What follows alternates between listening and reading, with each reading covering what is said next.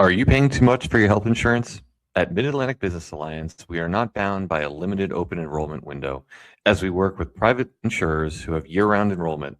Since 1990, David Becker and his son Jesse have been helping their clients keep their costs affordable while providing the best possible PPO coverage. PPOs are the only policies that provide full protection from the corrupt medical and pharmaceutical industries. Mid-Atlantic Business Alliance now offers health savings accounts which work like IRAs. President Trump has been advocating for health savings accounts as an option for people who are stuck paying for their own insurance. David and Jesse will help you find a policy that will keep your premiums affordable and your out-of-pocket costs to a minimum. Why not call today for a free quote? Call David Becker at 609-577-8557 or visit our website, midatlanticba.com/NewsTreason.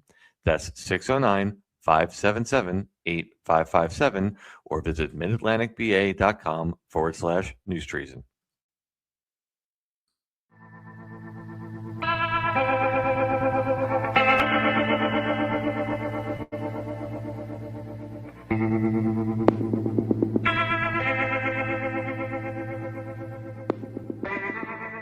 What will we do with this moment? How will we be remembered? Look at the opportunities before us. This election really isn't about the left versus the right. It's about we the people choosing our government and the choice between freedom versus tyranny. Nobody has a chronic disease burden like we have. Why are we allowing this to happen to our children? Ultimately, the only thing that will save our country is if we choose to love our kids more than we hate each other. What is going on here is deeper than politics. It is deeply spiritual. We are being called to rise above the hatred and the fear and the evil. We need to remember above and beyond that we must love our neighbors, that we must treat other people as we hope to be treated. You want to be a rebel? You want to be a hippie? You want to stick it to the man? Show up on your college campus and try calling yourself a conservative. America is going to reach heights that it has never seen before. The future is going to be amazing!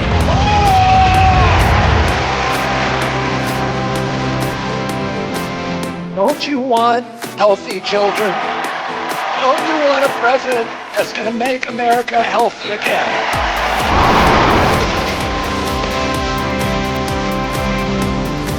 I come to you today as a former Democrat. I will be a first-time Trump voter tonight.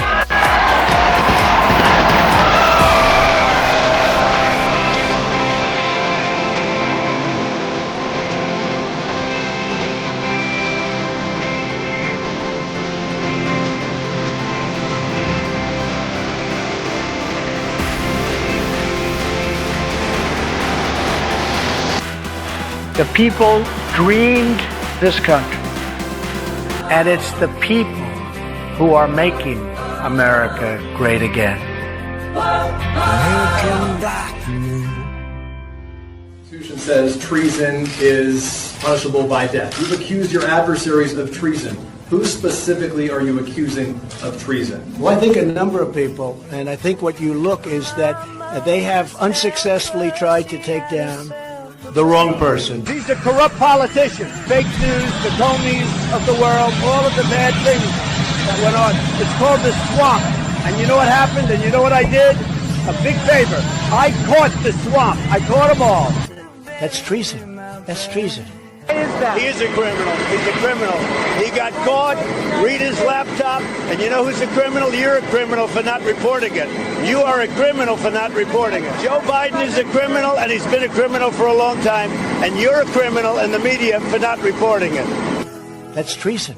That's treason. If you look at crooked Hillary Clinton, if you look at all of the different people, there was no transition because they came after me trying to do a coup. They came after me spying on my campaign.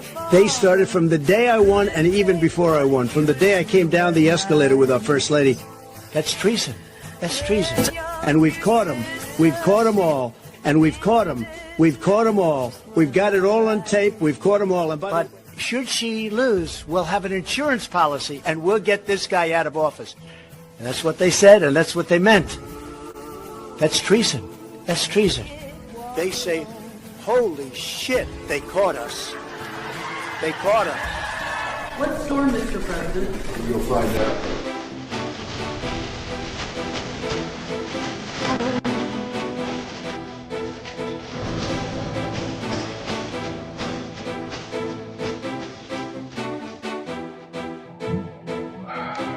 Welcome, everybody. Happy Wednesday, April 8th, 2026. Welcome back to NewsTreason Channel 17. And on April 8th, we have episode 88 of the Q News Review with the one and only Mike King of realnewsandhistory.com. Mike, happy Wednesday, brother. How are you? I'm doing well. How are you, Dave? Hello to everyone. Hanging in there, my friend. Hanging in there. Another week in Clown World, and we're going to dive into it all tonight. Thank you guys all for being here. It's everybody piling into the chat. I want to thank you guys. Last week, we had what I believe to be the most ever watched episode of the News Review with Mike King. Maybe it's because we were giving books away. I don't know. But either way, I want to thank you guys for your incredible support as we roll into episode 88. We got a lot to get to tonight. We're certainly going to get Mike's take on the latest comings and goings in the situation in Iran. Obviously, a lot going on there. Beneath the surface, we have the Epstein-Israel scandal still bubbling. That's brewing, I would say, if you're actually paying attention to the narrative space. And then we're going to wrap up with a historical perspective, a simulated debate, we shall say, between Adolf Hitler Churchill. That will be our historical piece that we meet every Wednesday. But Mike, I want to start out with this situation in Iran. The third or fourth week at this point we've been talking about this, and I got to say, man, I think I don't know. As per usual, I think your spidey senses seem to have been right on this one so far. I always point out. None of us are ever right. I was of the mindset when this thing kind of broke out, as I said last week, that I thought it'd be really quick. And when you first came on, you said, well, the alternative is that this thing drags out for a while. There's some bad sentiment about it. Trump throws himself under the bus, as he does so often, and it kind of prolongs itself a little bit, which gives us that opportunity to bring more attention and exposure to Israel. And it certainly seems, as we sit here today, despite the fact that we didn't, optically level Iran yesterday, that's kind of the way it's going. I don't know if you've been seeing some of the rumblings going on in the news space today. Yeah, well, it's 6 weeks now, almost, and I have to say every day I feel a little bit more confident than my original impulse. It was a hypothesis there, but now it looks like it's going that direction. It's dragging on. It's becoming more and more unpopular and more closely linked to Israel. It's got its fingerprints all over it in such a way that everyone can see it. So we're perfectly positioned. Really some bold move to expose Israel. And of course, Israel is no longer in business. This is just the shell that we talked about. Sometimes you can't tell the people, you have to show them. We're being shown how Israel is the tail that wags the dog. And speaking of wag the dog, that's what this war is. There's no question about it. This is wag the dog. And we'll talk about this tonight. Further confirmation that Iran is in cahoots with the White Hat, the Q operation. Everybody's in cahoots. Trump, Q, Russia, China, and Iran. It's quite a show. And even Israel, but it's not Israel anymore. It's quote unquote Israel. Yeah, I'm with you on that. And look, guys, we do this for a reason. We do this with the approach that we take because we have to constantly be looking at the narrative space and understanding, in my humble opinion, that in order to do these things, I know we keep talking about that Q drop where Trump says he's going to take the slings and arrows, but even that can be undone. And unfortunately, we have to wrap our heads around the fact that you're not going to expose Israel and their warmongering ways with a popular war. You're not going to expose it with Trump looking like the hero at the moment. That's just not, unfortunately, the way the psychology of it is. So there is a lot of dark stuff being circulated out there right now. And as per usual, it's at least my belief, seeing the patterns is this is classic Trump right here. This is classic Trump taking the slings and arrows, throwing himself under the bus, painting himself seemingly into a corner to allow the narrative to naturally get out there and reach the people that it needs to reach. And unfortunately, for many people, it can be uncomfortable because it's going to look dark. It's going to look dark on the television. And I think we've been through this cycle enough where I believe most people understand that. But at any rate, it's our job to sit here and dissect the narratives as Mike King does each and every day on his website and try to figure out exactly where this is leading us. So let's jump into it. Just a couple of points on the current events before we jump into the first story, which is going to connect to this. We did a show, Mike, I don't know if you saw Trump's presser on Monday, but Joe and I basically did an entire show yesterday breaking it down. And those of you that saw D-Class yesterday, I think should be pretty well convinced that Donald Trump's entire presser on Monday was literally telling you that you're watching a movie. He used central casting 4 or 5 times. He even said, as this airman rescue, which Mike's going to talk about tonight, he even characterized it as it's exactly how you would set something up if you were scripting a movie. I'm paraphrasing, right? So he gave you these overarching clues that were very obvious to us that this is a show. And I understand people might be tired of hearing that, but that's what he's saying. If you listened, you saw it, all the comms, all the connections. So he further confirmed it, in my opinion, last night when he announced at 6:32 p.m. That there was a ceasefire. I'm not going to read this entire drop. You guys have all seen it by now. This 2-week ceasefire, a safe opening of the Strait of Hormuz. He agreed to suspend the bombing. You get the point. But look at the timestamp hit, 6:32. And you go to drop 6:32, and what is 6:32 talking about? HW. What is HW? Hollywood. He's talking about Hollywood. He said, why are movies made to glorify past true events? What is a psyop? Spiderweb, you are being controlled. Sheep, up is down, left is right. Revolution, truth, trust the mission.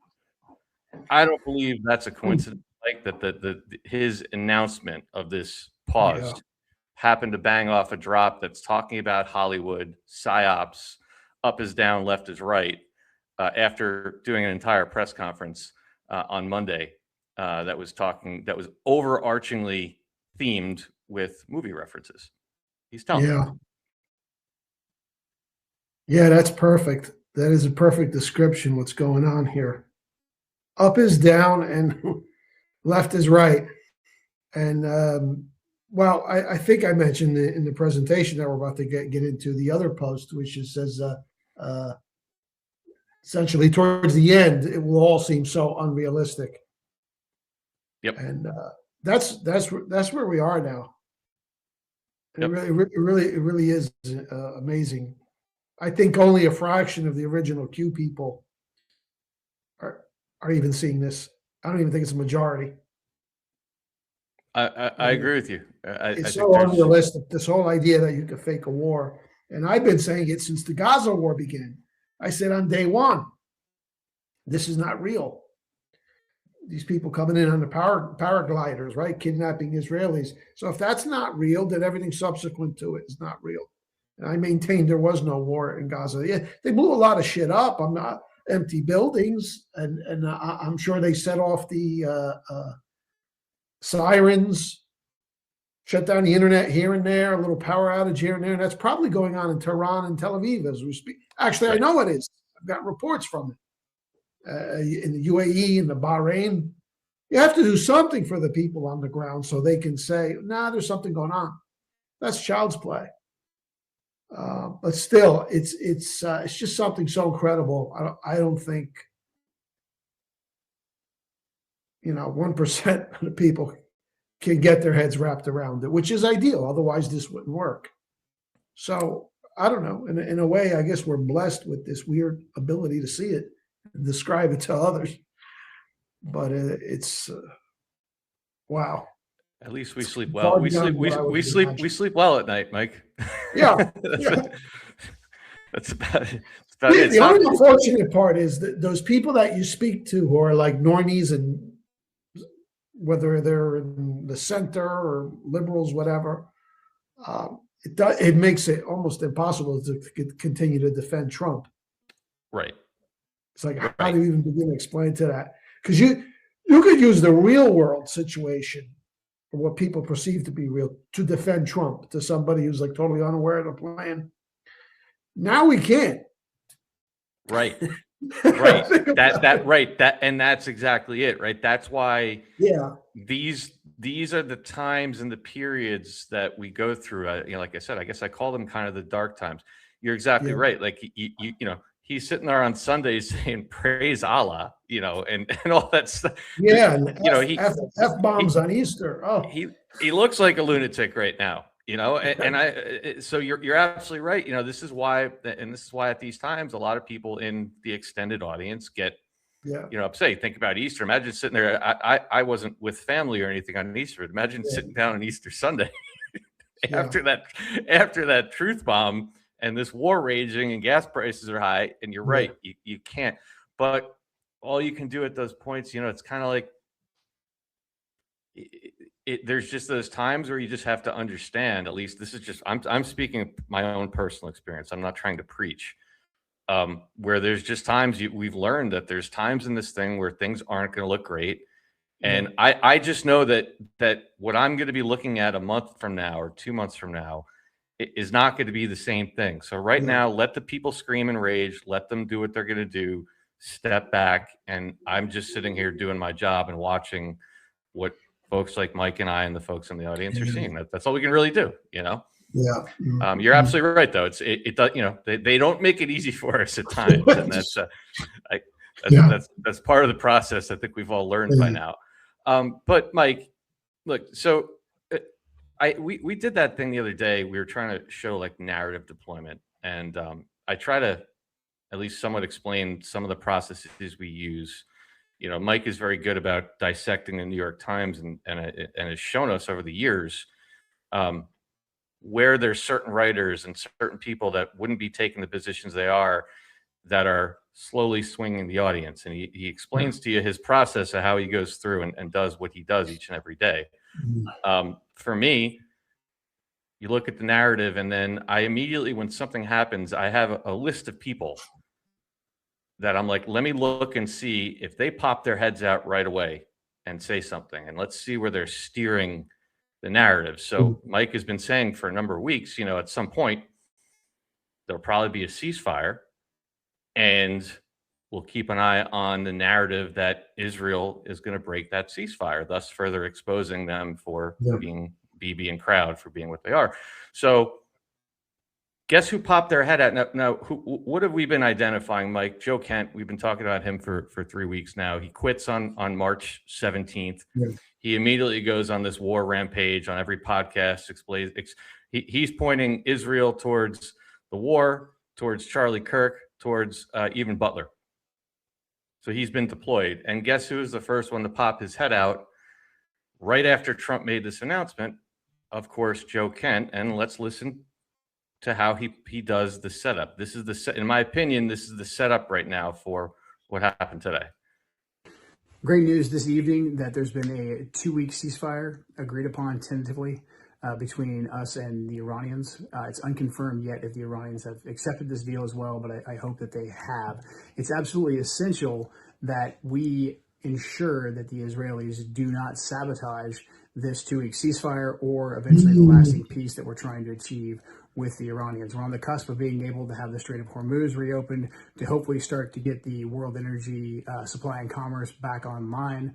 The last thing we need is the Israelis doing what they have done in past negotiations and targeting the negotiators or taking a series of strikes that escalates the conflict.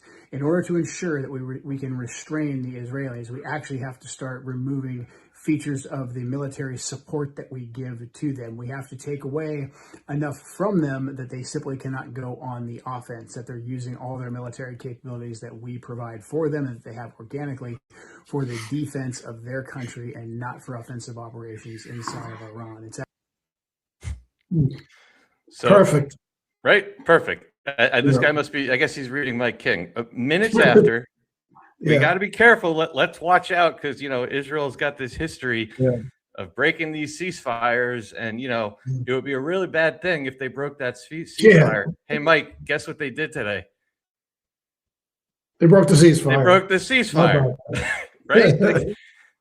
Trump puts out his truth. He tells you you're watching a movie. Joe Kent, who's been all over the map, comes out and warns, let's watch out because we know what's about to happen. And then, of course, by midday, we're getting this.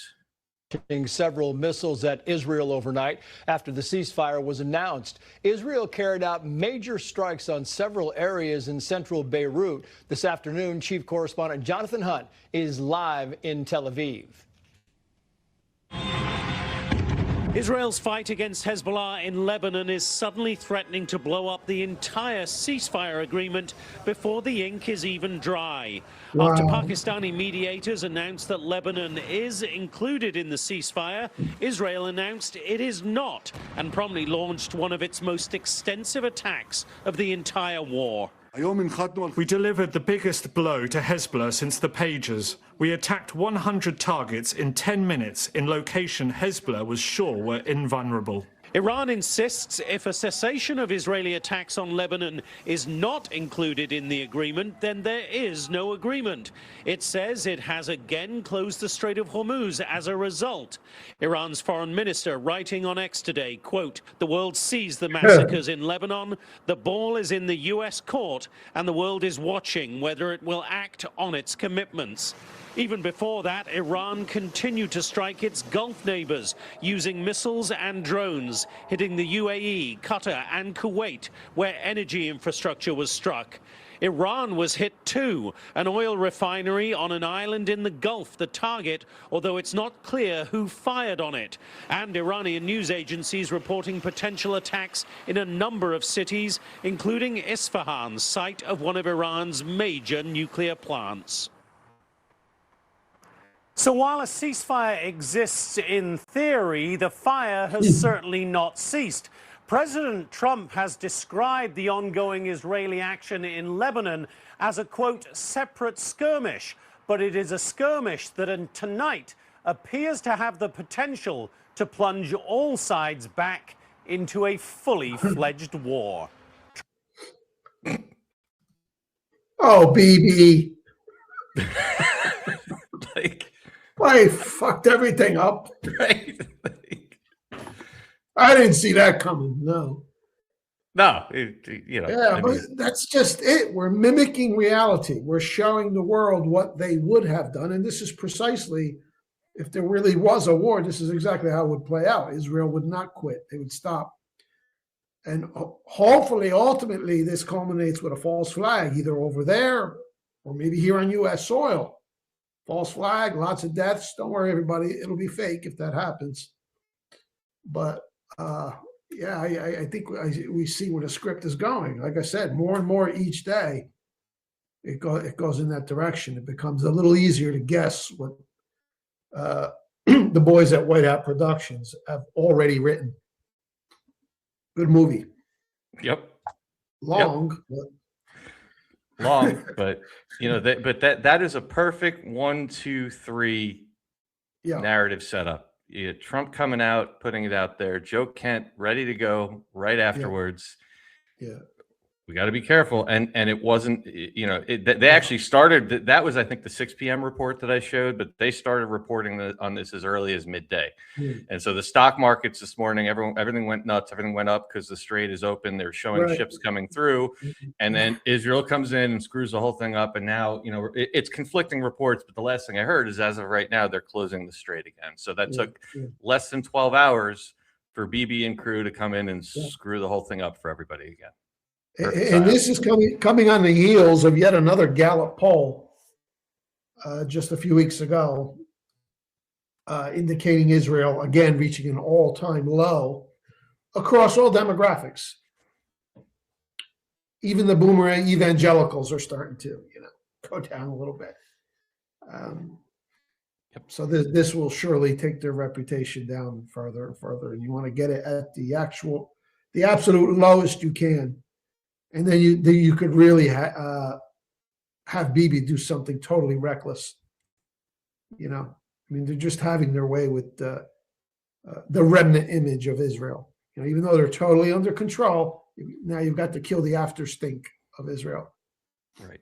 And for people that don't believe Israel is under control, and especially Netanyahu and his cronies, I hope to do it tomorrow night. By the way, our deepest condolences go out to our good friend Patriot Underground. I know he made an announcement earlier this week. He's going to be taking some time. He had a death in the family. So our condolences and prayers to him. We obviously won't be doing our regular show tomorrow night that we were supposed to do. I'm working on doing something for tomorrow night. If I can't get it together tomorrow night, I'm not sure. We'll have something, but I'm about 3/4 of the way through, Mike. I don't know if you've seen this, the BB files, as they're calling them, the one that Tucker Carlson is promoting.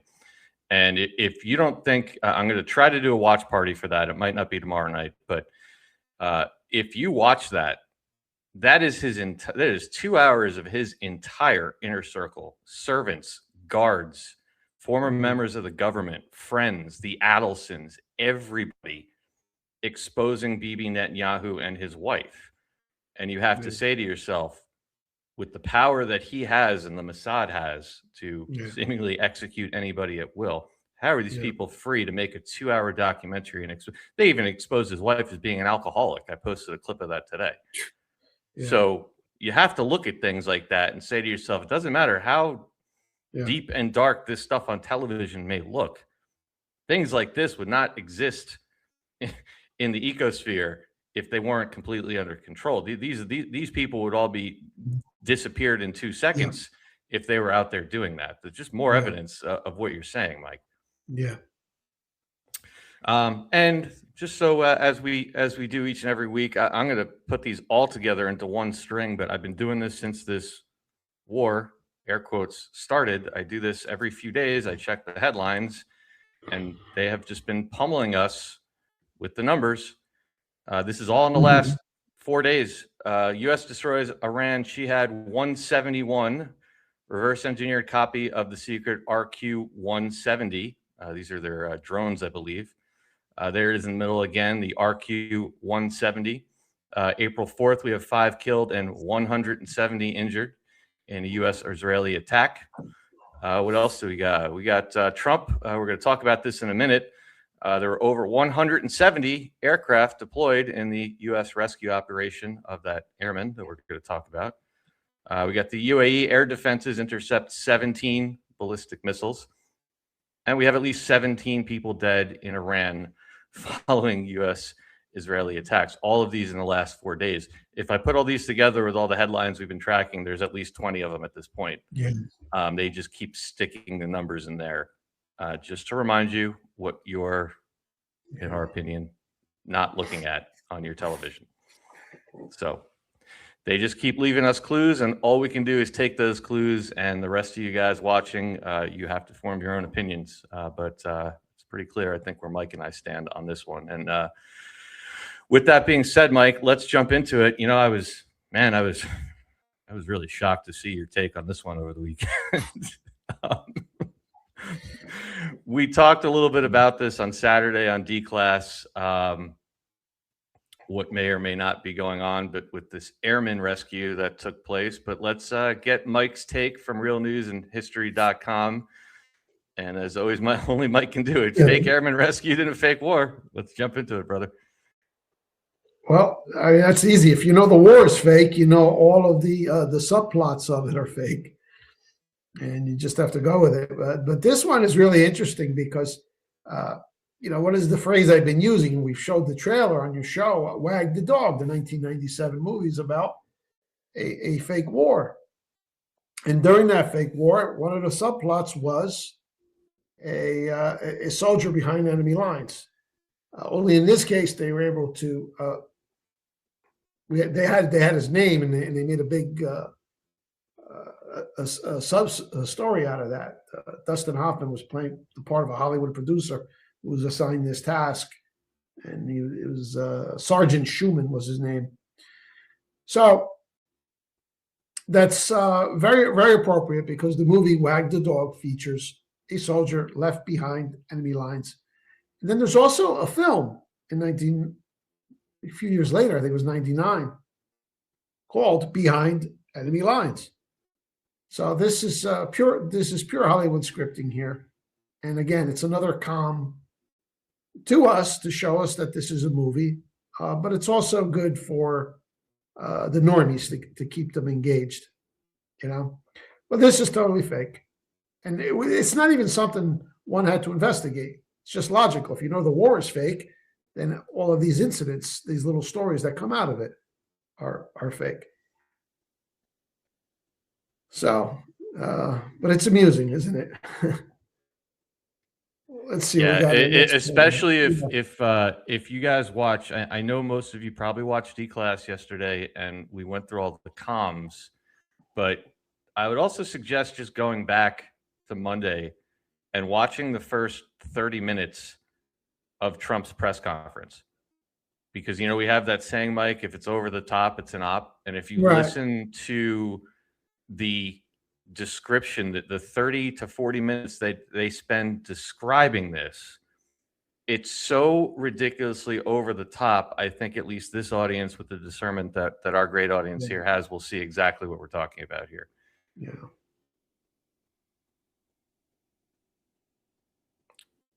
Okay, what's on the next panel here? Yep. Oh, sorry, Mike. One more thing. I don't know if you noticed this when we pointed out the other day, but obviously the sub headline there is an Air Force of the F-15E, and we pointed out earlier in the weekend that F-15E, F is 6, E is 5, 6 plus 6 plus 5, you get 17. Oh, so F-15E adds up to. Oh, how about that? Yep. Good one. Yep. There it is. And he spent the day behind enemy lines just with a pistol.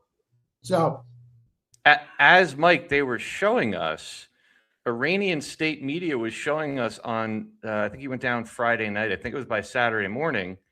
They were showing us images of his ejector seat and his parachute on the ground. So the Iranians are saying that we're sitting here saying we have no idea where this guy is, and they're telling us, look, we already got images of his ejector seat, and there's thousands of people looking for him. It just, none of it added up. None of it added up. And in this day and age, I think it's impossible to hide behind enemy lines. Right. They find you with a drone. They can find you with Google Earth. Yeah, they have drones that have heat mapping. So to go into their narrative that this guy was hiding, all they do is they fly a drone and they look for a heat signature, and they find it in 2 seconds. It's so ridiculous. You can't hide. Now, the following is a description of from a description of the movie Wag the Dog. I don't know if I got this off a Hollywood website or Wikipedia, but this is basically the plot line here. The producer, Motz, he's played by Dustin Hoffman, invents a hero who was left behind enemy lines.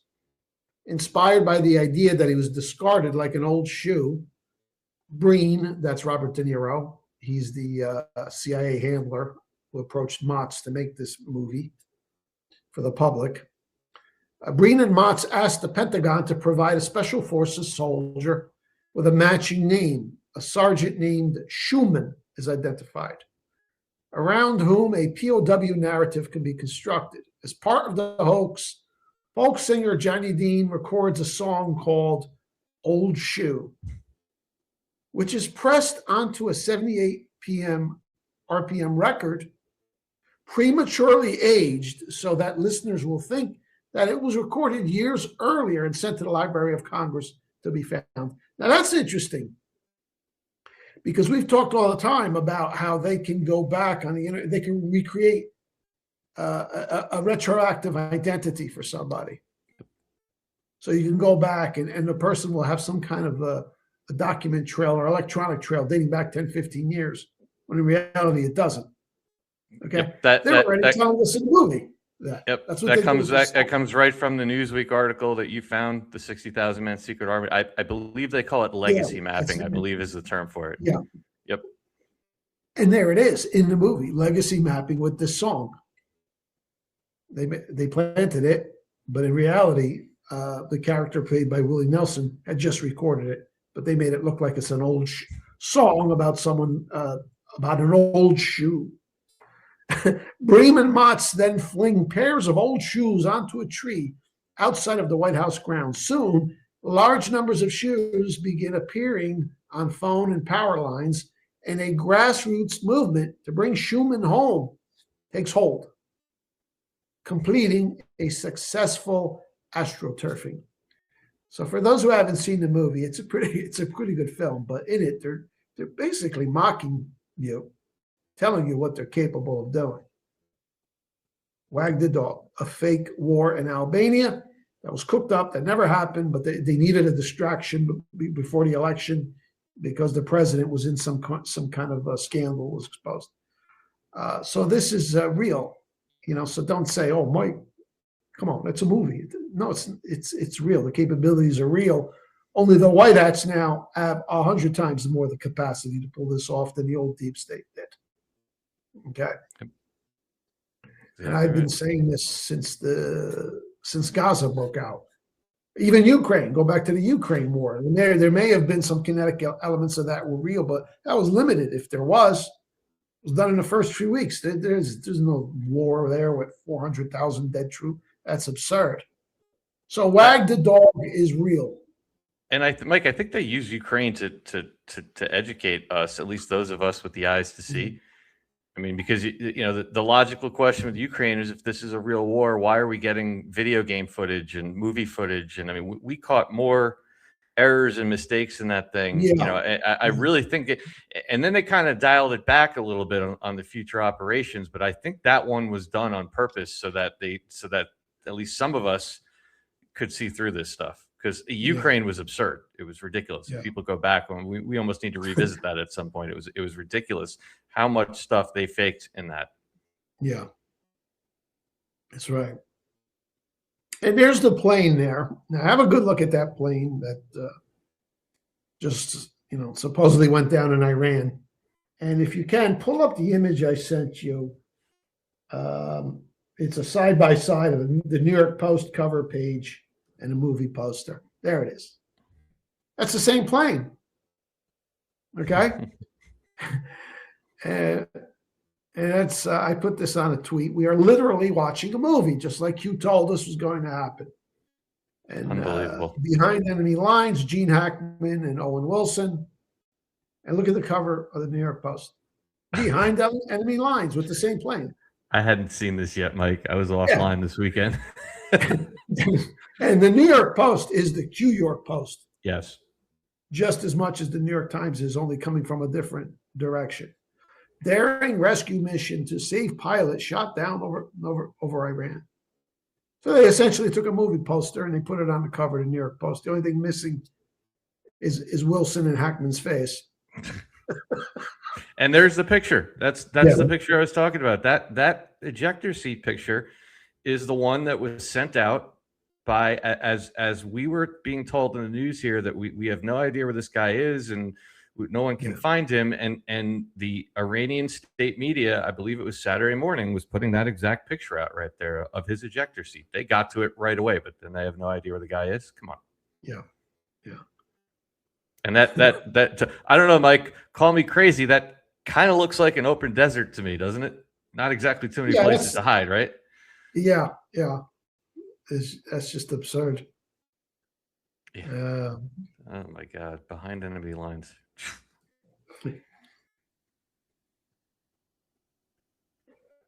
And there's the movie poster for the film, Dustin Hoffman and Robert De Niro. And there's an image in there, and they show how it's done. They hired this girl who was an aspiring actress. And that's, when they say central casting, a lot of these people are like low-level actors who never made it, and they give them this role. And that's what the girl is. She's an aspiring actress. She got a role in this fake movie. And in this scene, you see her carrying a cat. And behind her is a green screen. I mean, it looks blue in this image, but in the movie, it's a green screen. And then they put bombed out buildings behind it and fires. And then you hear the explosions going. And this is what the people are seeing on their TV screen. This young Albanian girl, terrified, trying to escape the ravages of war with a cat in her hand. It's actually a big bag of Doritos they gave her. And then they just changed it to a cat. And again, that's 1997. They had those capabilities. You can imagine what they could do now. So what you just showed in that clip with the explosions, that's child's play today. Even an amateur, a layman, you or I could do this with the right software. We could put this stuff together now. So again, I would definitely recommend people watch this film. It's educational. At the same time, I thought it was a pretty good flick. And there's Sergeant Schumann. So that's the only difference with this here. We don't have an actual person that they could build a hero persona around. But that's Woody Harrelson, and he was, I think they dredged him up out of a military prison. He was a psycho. He used to play the role of Sergeant Schumann. Yeah, this guy, as far as right now, I still have not seen a name. We showed, if you guys watched D-Class yesterday, there was some interesting decoding around the name. They're referring to this guy simply as Dude 44B. Yeah. Dude 44B. Yeah.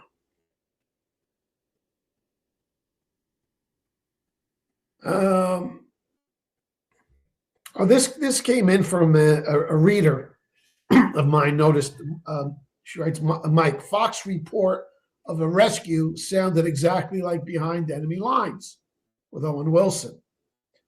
Catherine Herridge. We know Catherine Herridge is spelled with a Q, actually. I mean, even the Q boss made that clear. That's an easy one. And they actually embedded her within CBS. She was Behind Enemy Lines, embedded within CBS. I don't know how they pulled that off, but she was Q even before the media was taken over. But Catherine Herridge said, quote, "This is what movies are made of." And and she said that just 3 minutes after I told my husband, just like Behind Enemy Lines, it's a movie. So it's interesting. I have a few cases like this. I'm sure you do too, where one spouse is trying to sell the other spouse. And it seems more often than not, it's the wife trying to convince the stubborn husband. Yep. Okay. Yep. Yeah. Something to do with women's intuition. Yeah. Yeah, definitely. So, and there she is, Karen Herridge dropped that term. It's like a movie.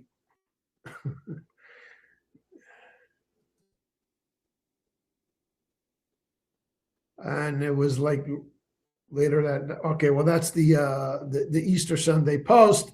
After this character was resurrected, and I didn't realize until you pointed it out to me, he was supposedly shot down on Friday and then rescued on Easter Sunday.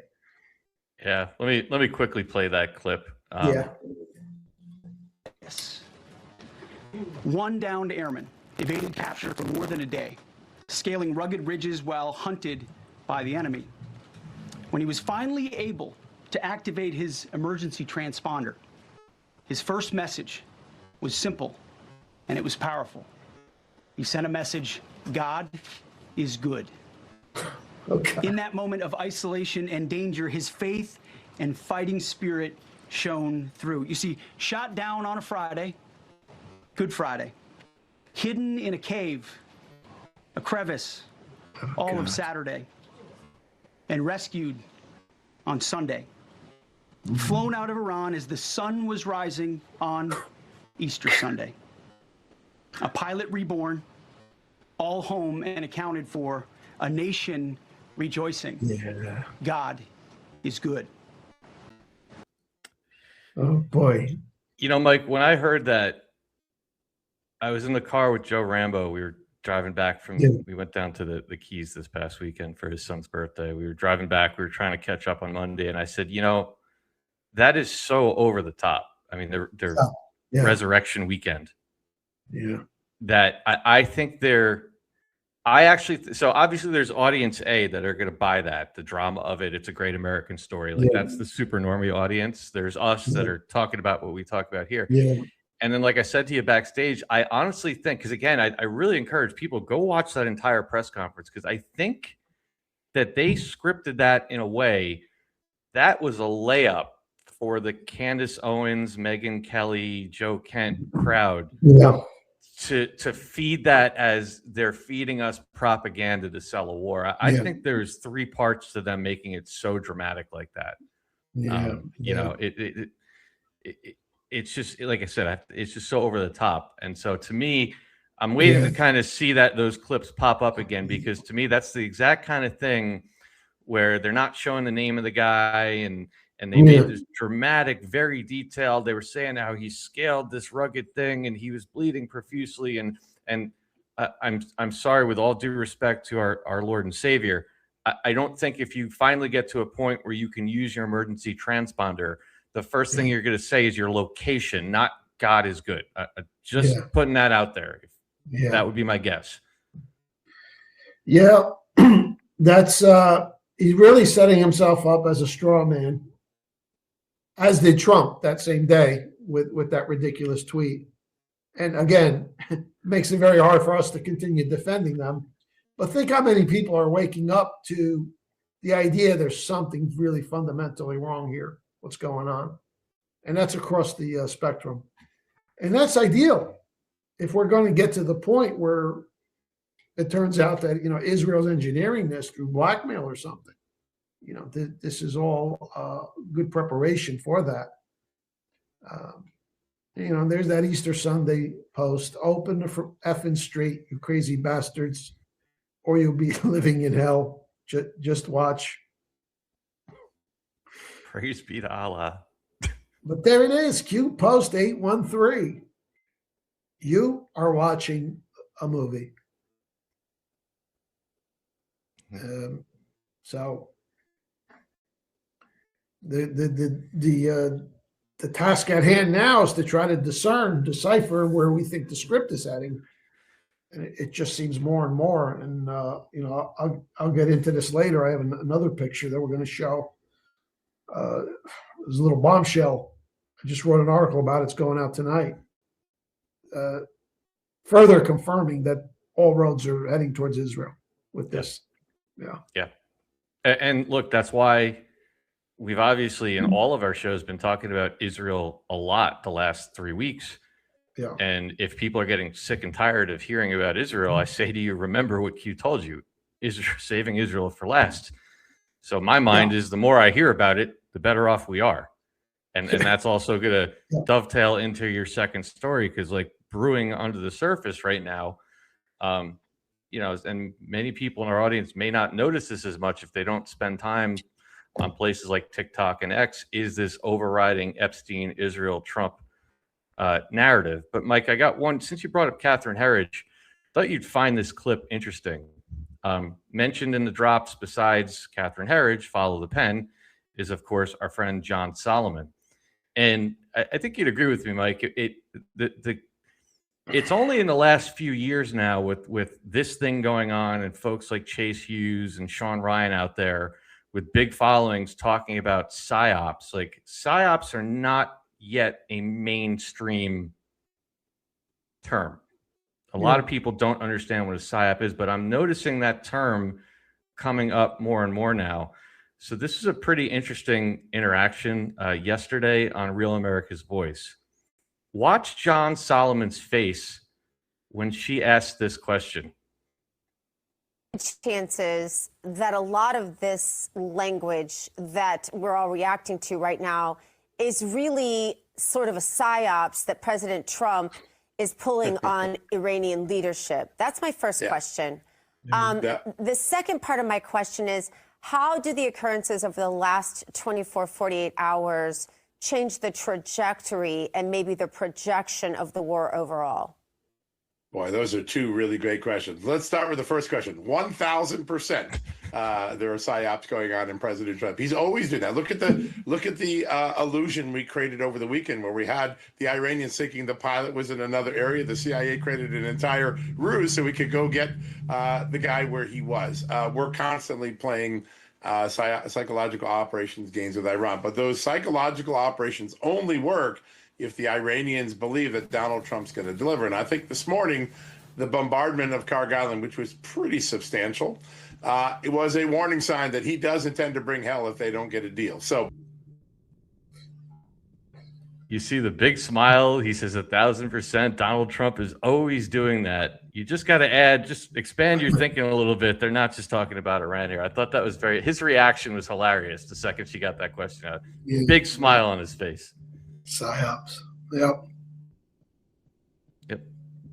No, I mean, he can't come out and give away the operation and tell us it's a psyop. So how do you tell us without telling us? And you just saw how he did it. Yeah. Yep. Exactly right. Exactly right. Well, that actually perfectly leads us into the look. If you go online right now, you're going to see a lot of dark stuff. I'm just going to say that. And that's why we're going to address this in this story, because people want the Epstein justice. People want the Epstein exposure. It's got to go, as Mike and I have talked about extensively on this show, it's got to go well beyond just that island. And frankly, just the children, as important as that is. It's got to, we have to show the world the true level of control that this blackmail operation had. And right now it's looking like Trump is going to use himself to demonstrate that. And that's where the dark voices, which I believe are controlled, the Candace Owens, the Tucker Carlsons, the Megyn Kellys, come into this. So this is an underlying narrative that Mike's going to jump into that is definitely happening right now. And this is the Epstein-Israel scandal quietly expanding. Yeah, and yes, it is. Although the fake wag the dog war in Iran is what is dominating the news cycle these days, you can rest assured that under the radar, Epstein is not going away. The Epstein story is not going away. And I've been tracking. I've been doing this for a couple of years now. Several times a week, I'll do a Google search on Epstein files, just to see what the so-called mainstream media is saying. And this just not a day goes by without major media, all of it, continuing the drumbeat of the Epstein saga. And what you're looking at there is just 6 headlines alone from the New York Times, taken in the past few weeks, big stories about Epstein. So it's not only not going away, it's actually growing. I'm going to read some of these headlines to you. Epstein in Paris, how a sex offender hustled for access to France's elite. So now that it's going into another whole direction with the French. We know what's going on in England. Mandelson, so-called arrested. Prince Andrew, so-called arrested. Big scandal. All right, now they're expanding it to France. Another one. Epstein presented himself to Indian tycoon as a Trump White House insider. India now. Another one. Opinion. The Epstein emails show Me Too never stood a chance. Headline, Epstein's remote Zorro ranch is searched by New Mexico investigators. This thing is huge. It's immense. Probably as many visitors, perhaps, as the island. This may be as bad as the island. Just hasn't come to light yet. But now that, there's Jesse Waters was putting out murmur that bodies may be found there, etc. Okay, so there's a whole nother layer to the Epstein story. Opinion, the Epstein case class, the Epstein class had a signature weakness. That's an editorial. Elite doctors served Jeffrey Epstein while treating his girls. And now we're going into the medical profession. We know about the politicians and the entertainers and the journalists and the academics and the scientists. Now we're going into the doctors too. So these stories, they're still out there. And what I believe, I'm almost certain of it, is that in due time, these storylines will merge. Agreed. Epstein and Iran. So it's not at all a case of Iran bumping this off the headlines. No, just put it on the back burner. So rest assured, Epstein Island is still a huge story. It's the way the White Hats are engineering it. It didn't go away. They're devising a creative way to finally introduce everything in a movie style, so people can appreciate it and get it. Yep, I'm completely with you on that, Mike. Now I'm quoting here from one editorial titled "The Epstein Class Had a Signature Weakness." Now it's a very interesting terminology there, Epstein class. As far as I know, the first people to use it are the so-called Iranians.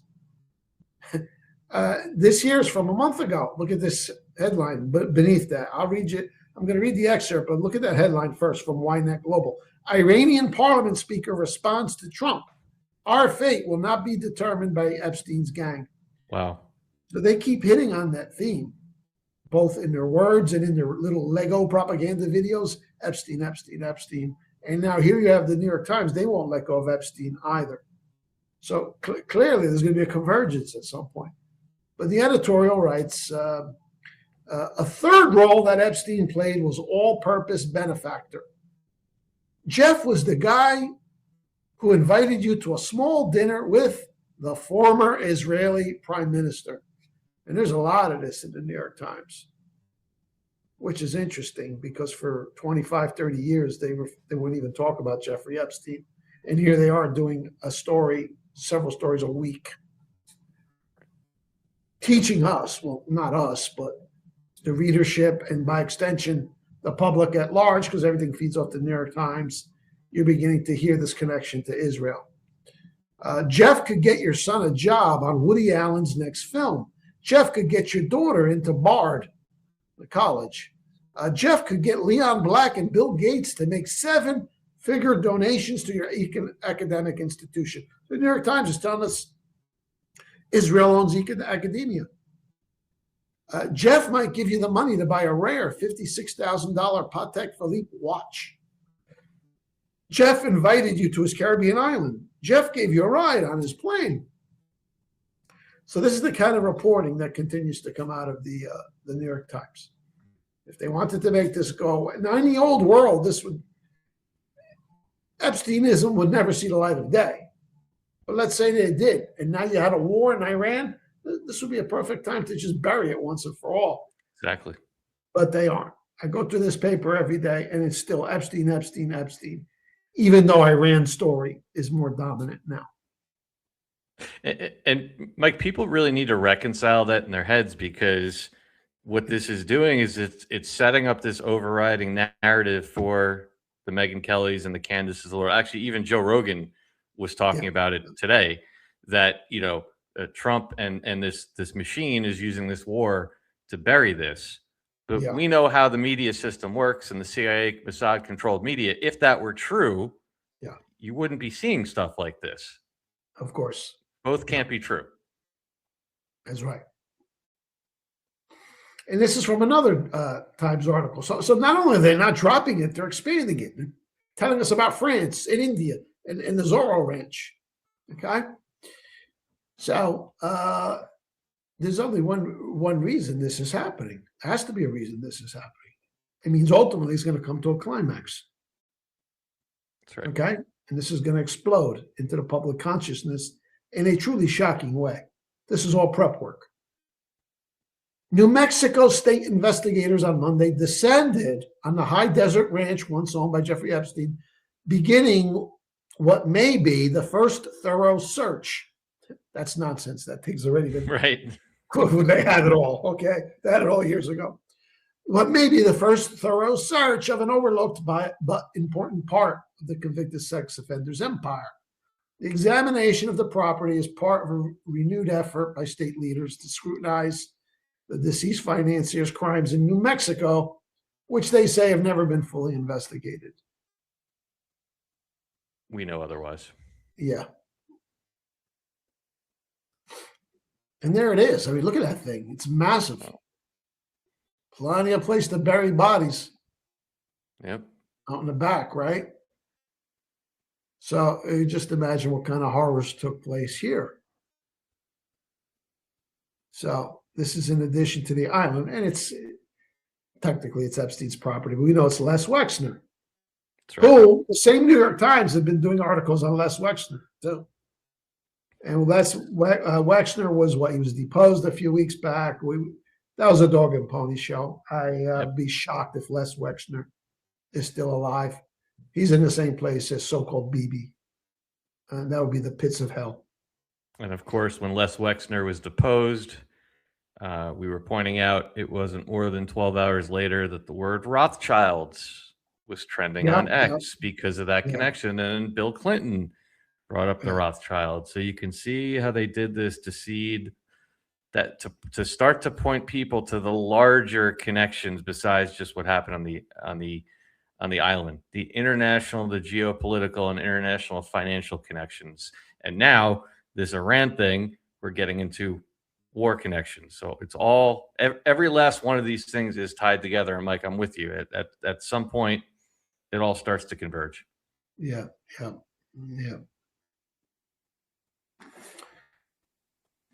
Now this term, Epstein class, first time it was ever used, as far as I know, is by Iranian spokespeople and repeated in their propaganda. And isn't it interesting now?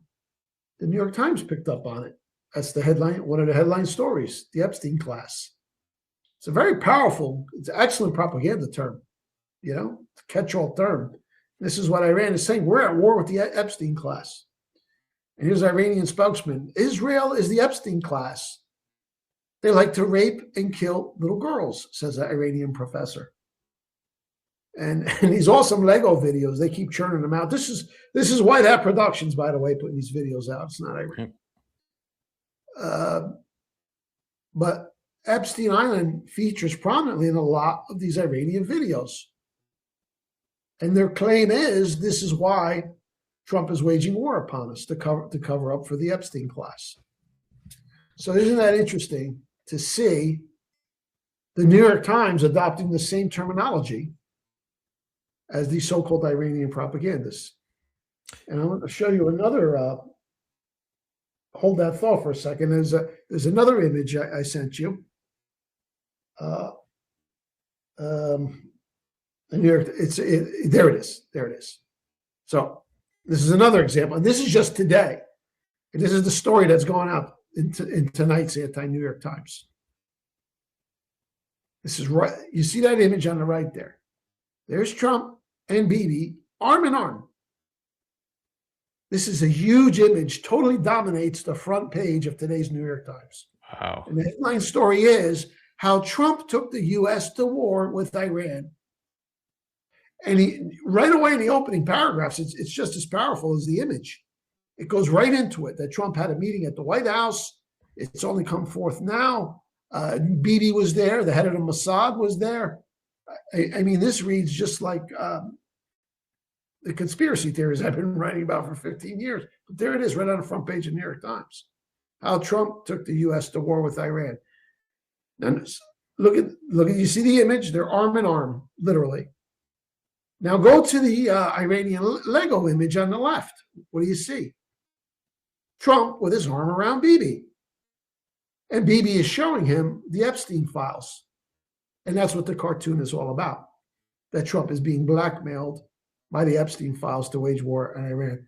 Now, again, you have the similarities between the use of the term Epstein class by the so-called Iranians and now by the New York Times. And now you have, again, a similarity of Bibi and Trump, literally arm in arm. And there it is on the front page, arm in arm. What accounts for the similarity? Well, it's the same source. Yep. It's White Hat Productions is behind the Lego videos and behind the New York Times. And Mike, I'll say this. I don't think it's this audience, to be honest. I know how smart our audience is and how discerning they are. But I'll say it anyway. For people that may be new and have trouble considering the fact that these videos are white hat productions, let's ask ourselves a simple question. Donald Trump has been going after Iran since his first term. He reversed the Iran nuke deal. He sanctioned their economy into oblivion. Then he comes back this time. He's been going after them. He bombed them in June. People should logically ask themselves, if they had the ability to do these type of propaganda, if Iran was really going to do these propaganda videos, why did they wait till now? Yeah. Right? Why they? It's the same logic that people say, well, if Trump was really in the Epstein files and there was bad stuff, the DNC would have used it 10 years ago. Well, right. If that was the case, why is Iran waiting till now? Because in the end, it's only going to help prove the narrative that it's Israel behind all this stuff. Right. Yeah.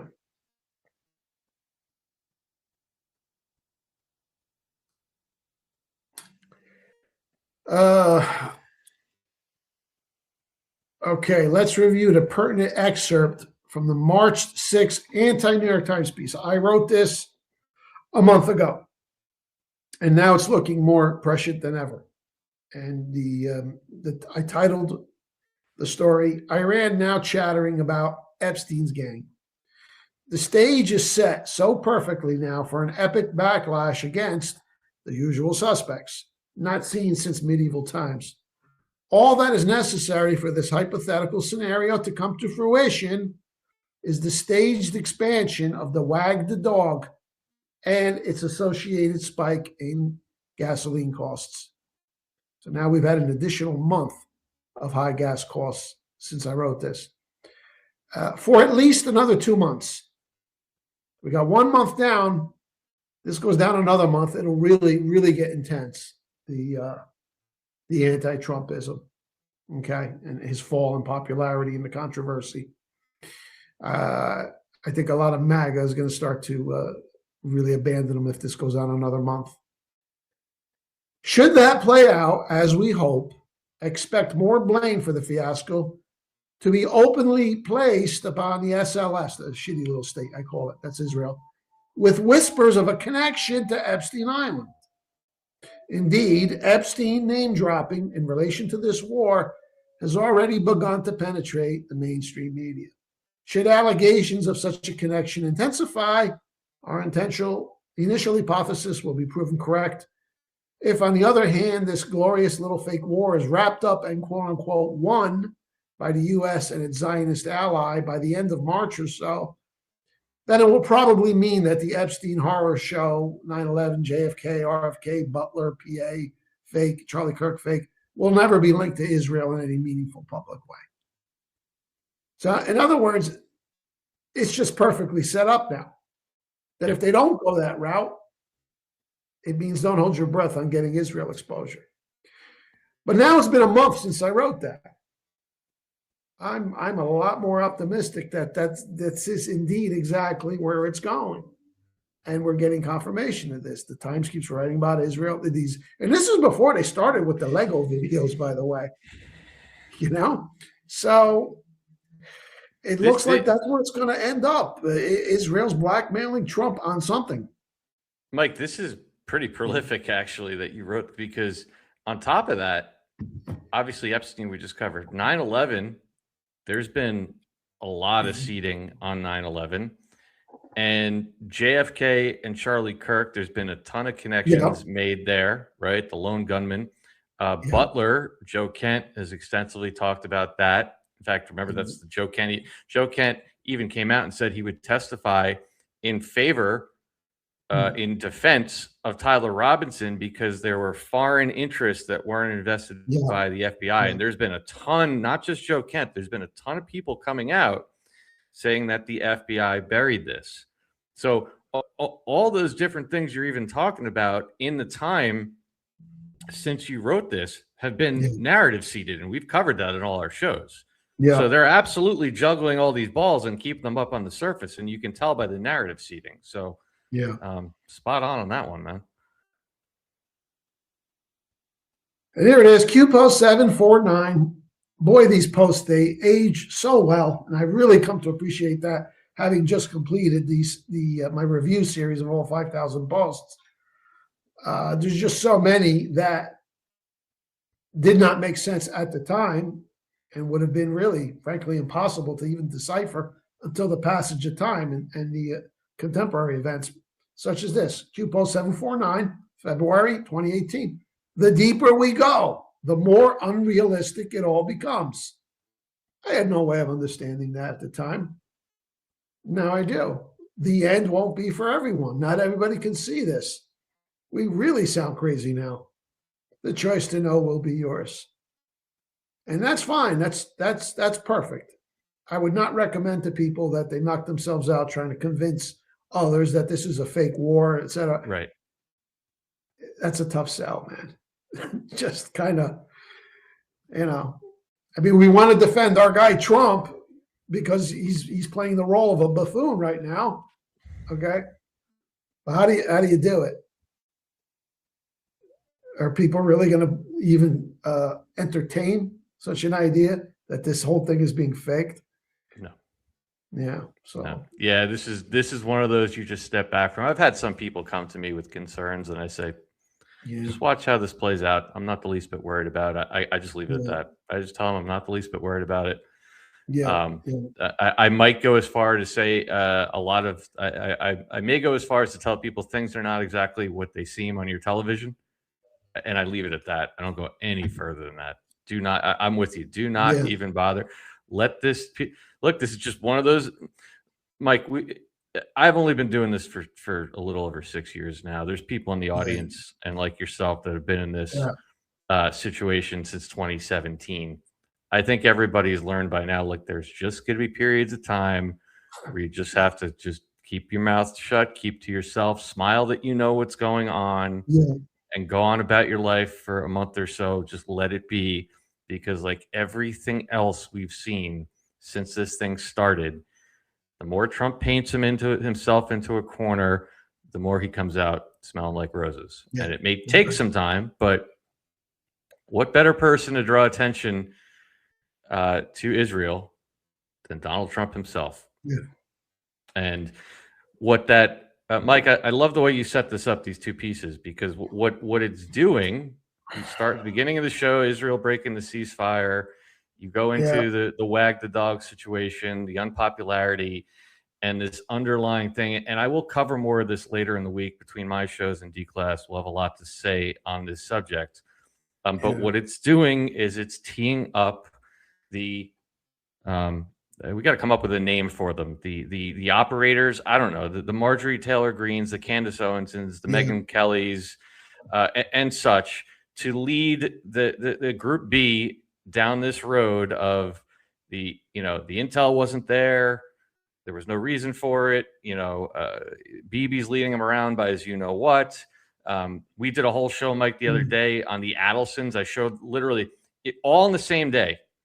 5 of these guys start talking about the Adelsons, all of them at the same time, right? You can see the coordination. The Adelsons are well documented in that Bibi Netanyahu documentary, right? This is setting it up. So I just have one clip I want to play. I think that's a perfect bookend. So what Mike just explained is the theater that allows people to have these type of conversations. This is Ben Swann I'm about to show. Those of you may know this guy. This is the guy that very famously, I think it was one of the mainstream NBC or ABC or Fox out of like Atlanta, I believe it was, a number of years ago. He was the guy that did the piece on the evening news about Pizzagate. Yeah.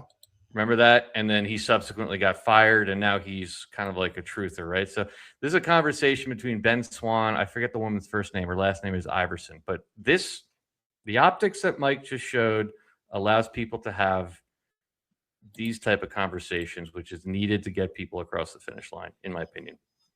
Our heads wondering why we're even in a war with Iran after Trump proudly proclaimed that he had obliterated their nuclear capabilities back in June. Suddenly, I guess there was a rush to wage war with them because, I don't know, were they another 2 weeks away from having a nuclear weapon, which we've heard for the last 30 years. So, I mean, look, many of us are wondering what does Israel have on Trump? I mean, that's the only conclusion that makes sense is that there must be something that they have on the guy. He was trying to hide the Epstein files for a very long time. He was, after campaigning on releasing them, then he tries to do everything that he can to block the release, calling them a Democrat hoax. The next thing we know, we're at war with Iran. So that is the only thing that people can really connect, is that there must be something in those files that he didn't want to see, that he didn't want the world to see, that is now being hung over him, and now we're at war with Iran. I mean, it sounds like a conspiracy theory, but is it? Is it really a theory, or is it conspiracy reality? Yeah, well, listen, I don't know the reason for it, though I don't think that reason seems insane. What seems much more insane is to claim that Iran has nuclear weapons or is moments away, weeks away, days away. I mean, Trump just said recently that they were going to have 10 or 12 nuclear weapons.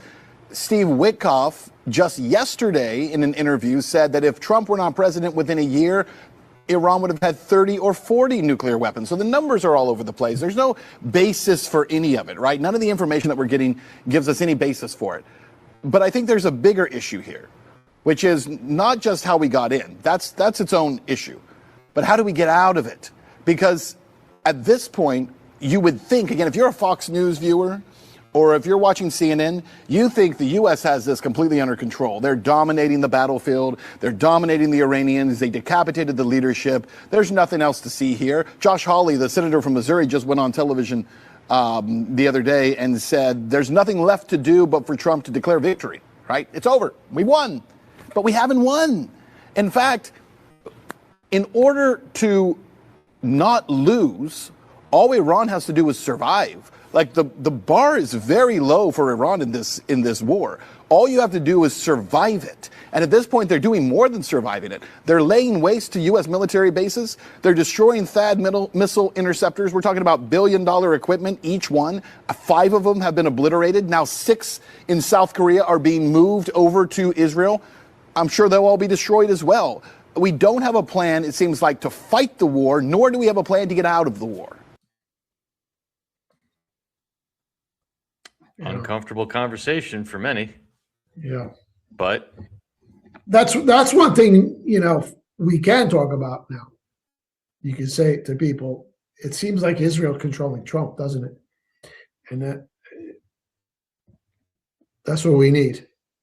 No sense resisting the tide. This is just inside info for us. Right. Right. So, right. I pointed it out the other night, Mike, when they deployed, and that's what I call it. They deployed an Adelson narrative, 5 or 6 of these guys in the same day, all talking about the Adelsons. And then we went back and we showed, I think you and I might have even touched on this, the clips where he had Miriam Adelson stand up and he said, I think she loves Israel. Your husband loved Israel more than the United States. Yeah. Now, that was the exposure.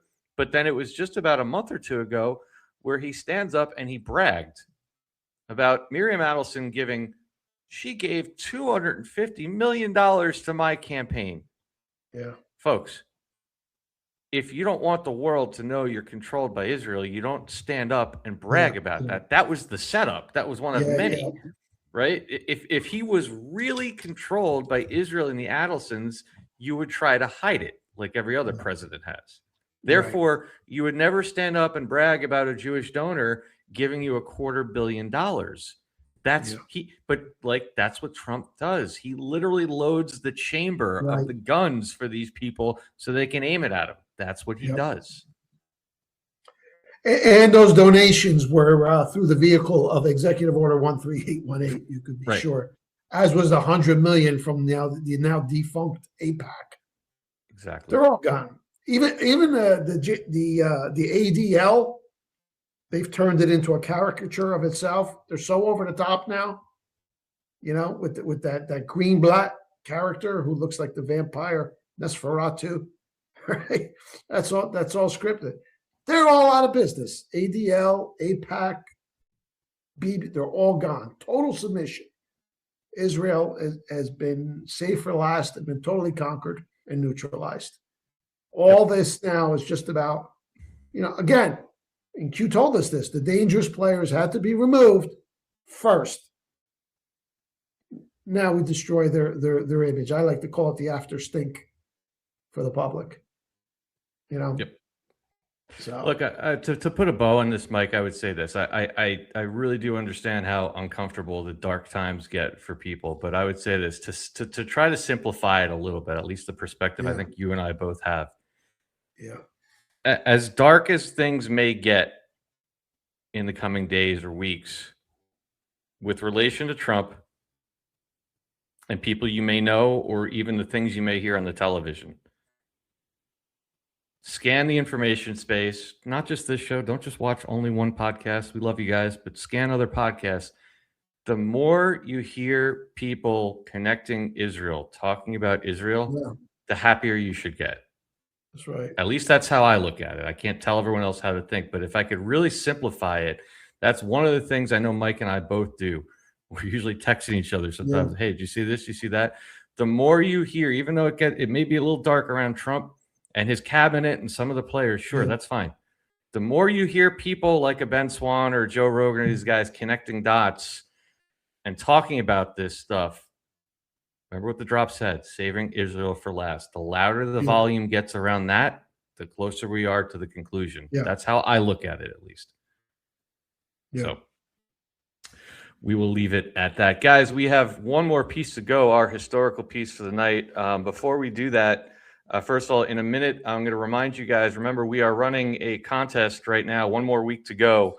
April 15th, tax day, we will be giving away all 35 of Mike's books, physical copies, to one lucky winner. We'll tell you in a minute how you can win that. Also, if you are enjoying what you're seeing tonight, the best way you can help us is, of course, hit that positive affirmation button. That is the thumbs up button on Rumble, the heart button on X, or take the red pill over on Pilled. We thank you guys so much for being here. I'm going to take 1 minute to hear from a couple of our sponsors, and then we'll talk about Mike's platform, and then we'll have our historical piece for you. This first sponsor, of course, our friends over at the Wellness Company. They've been with us for well over a year and a half now. This is their parasite cleanse that I know many of you were interested in, but the price point was a little high. They have now cut the size of it in half, so it's now half the price. A great offering if you're interested in their most effective cleanse.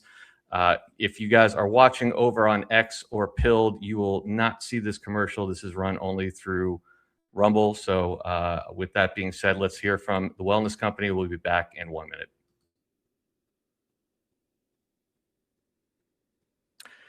Americans love sushi. Over the last 2 decades, raw fish consumption has exploded. Sushi bars are everywhere. Grocery stores and gas stations sell it, and millions of people now eat raw fish weekly. But there's a hidden risk most people never think about: parasites. Salmon is one of the most popular fish worldwide, but it naturally contains more than 70 parasites. Most are tiny and nearly impossible to see, and they're making their way into the human body. Once inside, parasites can hide for years, while frequently laying eggs before any symptoms appear. This is why many physicians are raising awareness about parasite exposure. Dr. Peter McCullough recommends doing a parasite cleanse at least once a year as a preventative measure. The Wellness Company offers a hard-to-access prescription parasite cleanse, USA compounded ivermectin and mebendazole. Ivermectin paralyzes the parasite's nervous system, while mebendazole starves them. Each capsule contains 25 milligrams of ivermectin and 250 milligrams of mebendazole, lab tested for quality. You can now get a more budget-friendly 45 capsule option that costs $250 less, giving you 2 21-day parasite cleanse cycles. Same formula as the original, just a smaller quantity. Head to twc.health/channel17 and use code channel17 to save $35 off plus free shipping. Again, that is twc.health/channel17 and use code channel17 to save $35 off plus free shipping. USA residents only.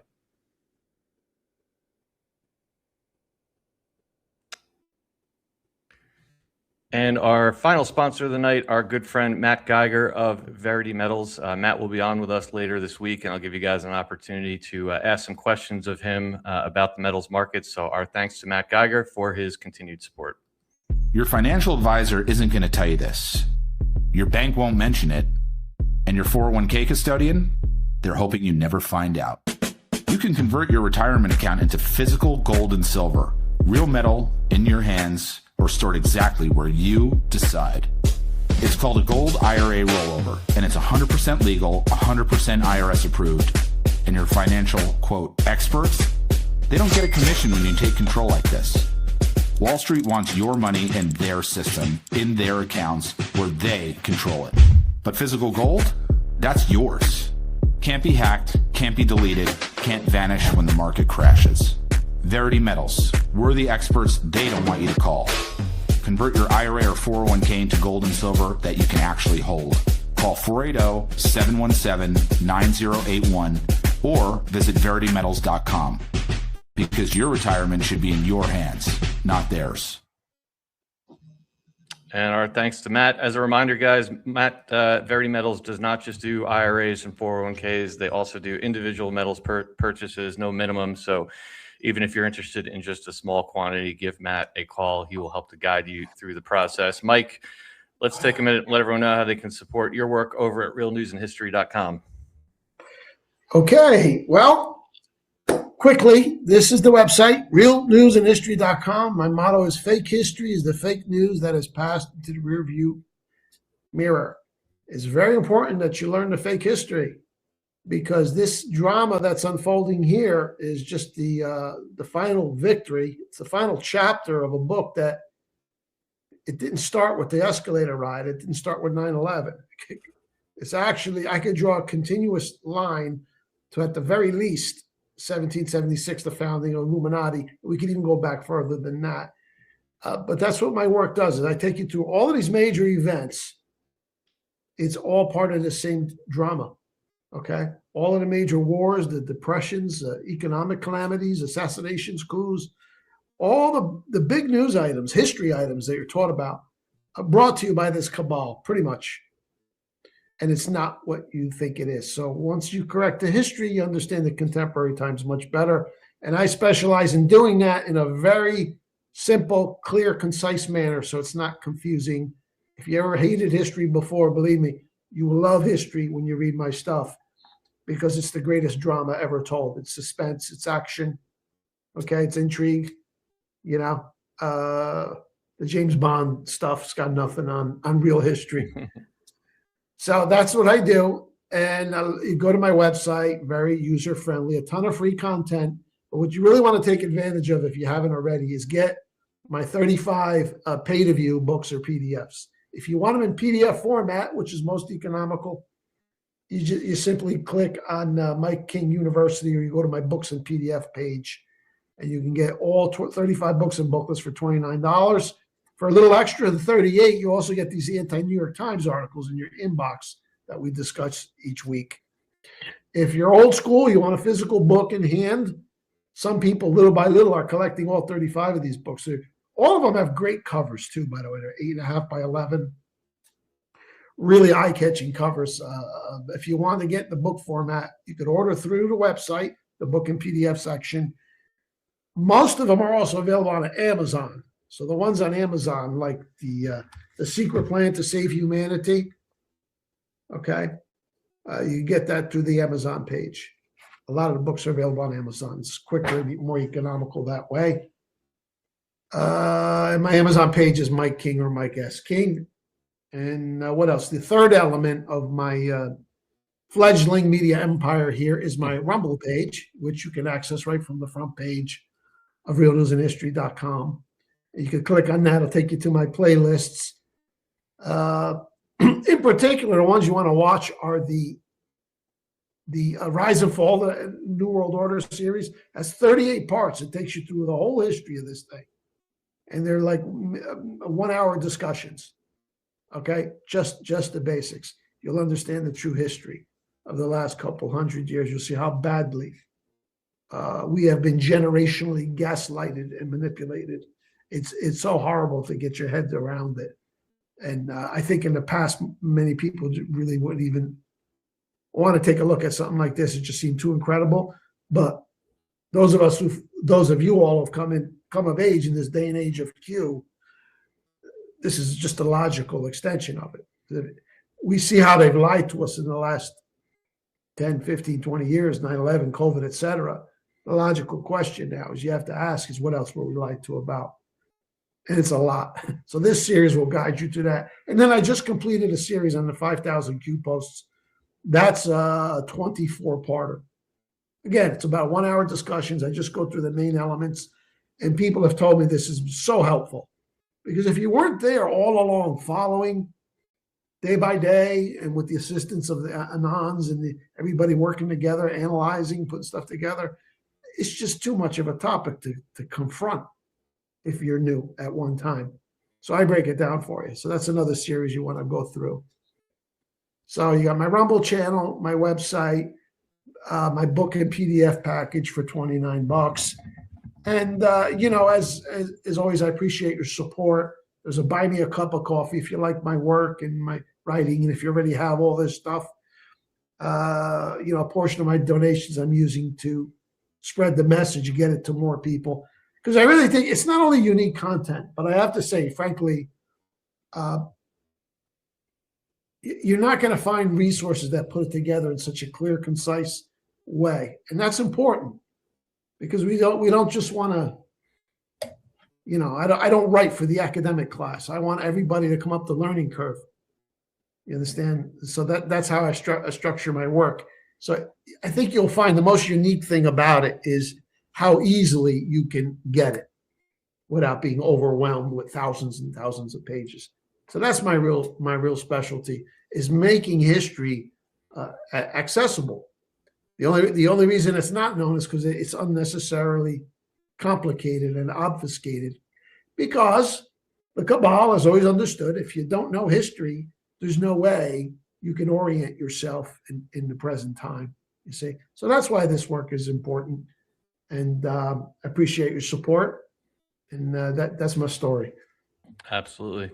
Everything Mike talked about, the website, the Amazon page, the Rumble page, is all linked in the description below here on Rumble. I will just add, I say this every week, but we have a lot of new people coming in.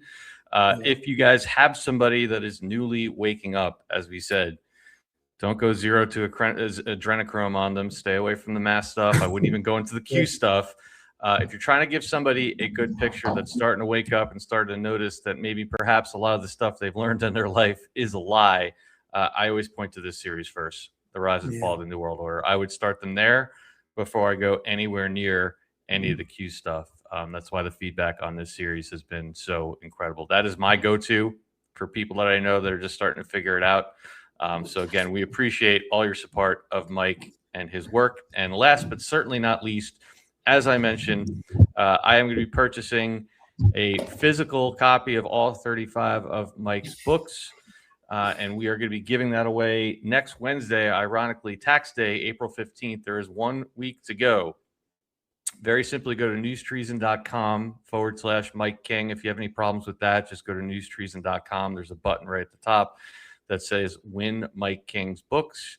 You simply have to put in your name and your email address. We don't sell that or anything like that. You just have to put that in, and next week we'll be selecting one person at random, and you will win all 35 of Mike's books in physical format. You'll be able to stock your bookshelves all at once. So again, 1 more week to go on that. We've had a lot of people sign up already. 1 more week to go, newstreason.com/Mike King, if you're interested in entering that contest to win all of Mike's books. With that being said, let's get to our historical piece of the night. Hitler debates Churchill from realnewsandhistory.com. Go ahead, Mike. All right. Well, this is content that you'll find in my my book here. This is actually the very first book I published, The Bad War, The Truth Never Told About World War II. By the way, this one is not on Amazon. People have asked me. I didn't find this one. No, this is still too hot to handle. But you can go to realnewsandhistory.com, look in the menu, the tab that says WW2. And again, you can get this in physical form, beautiful book, covered by the late, great David Dees. It's also part of that $29 PDF package. So that's where you'll find this information.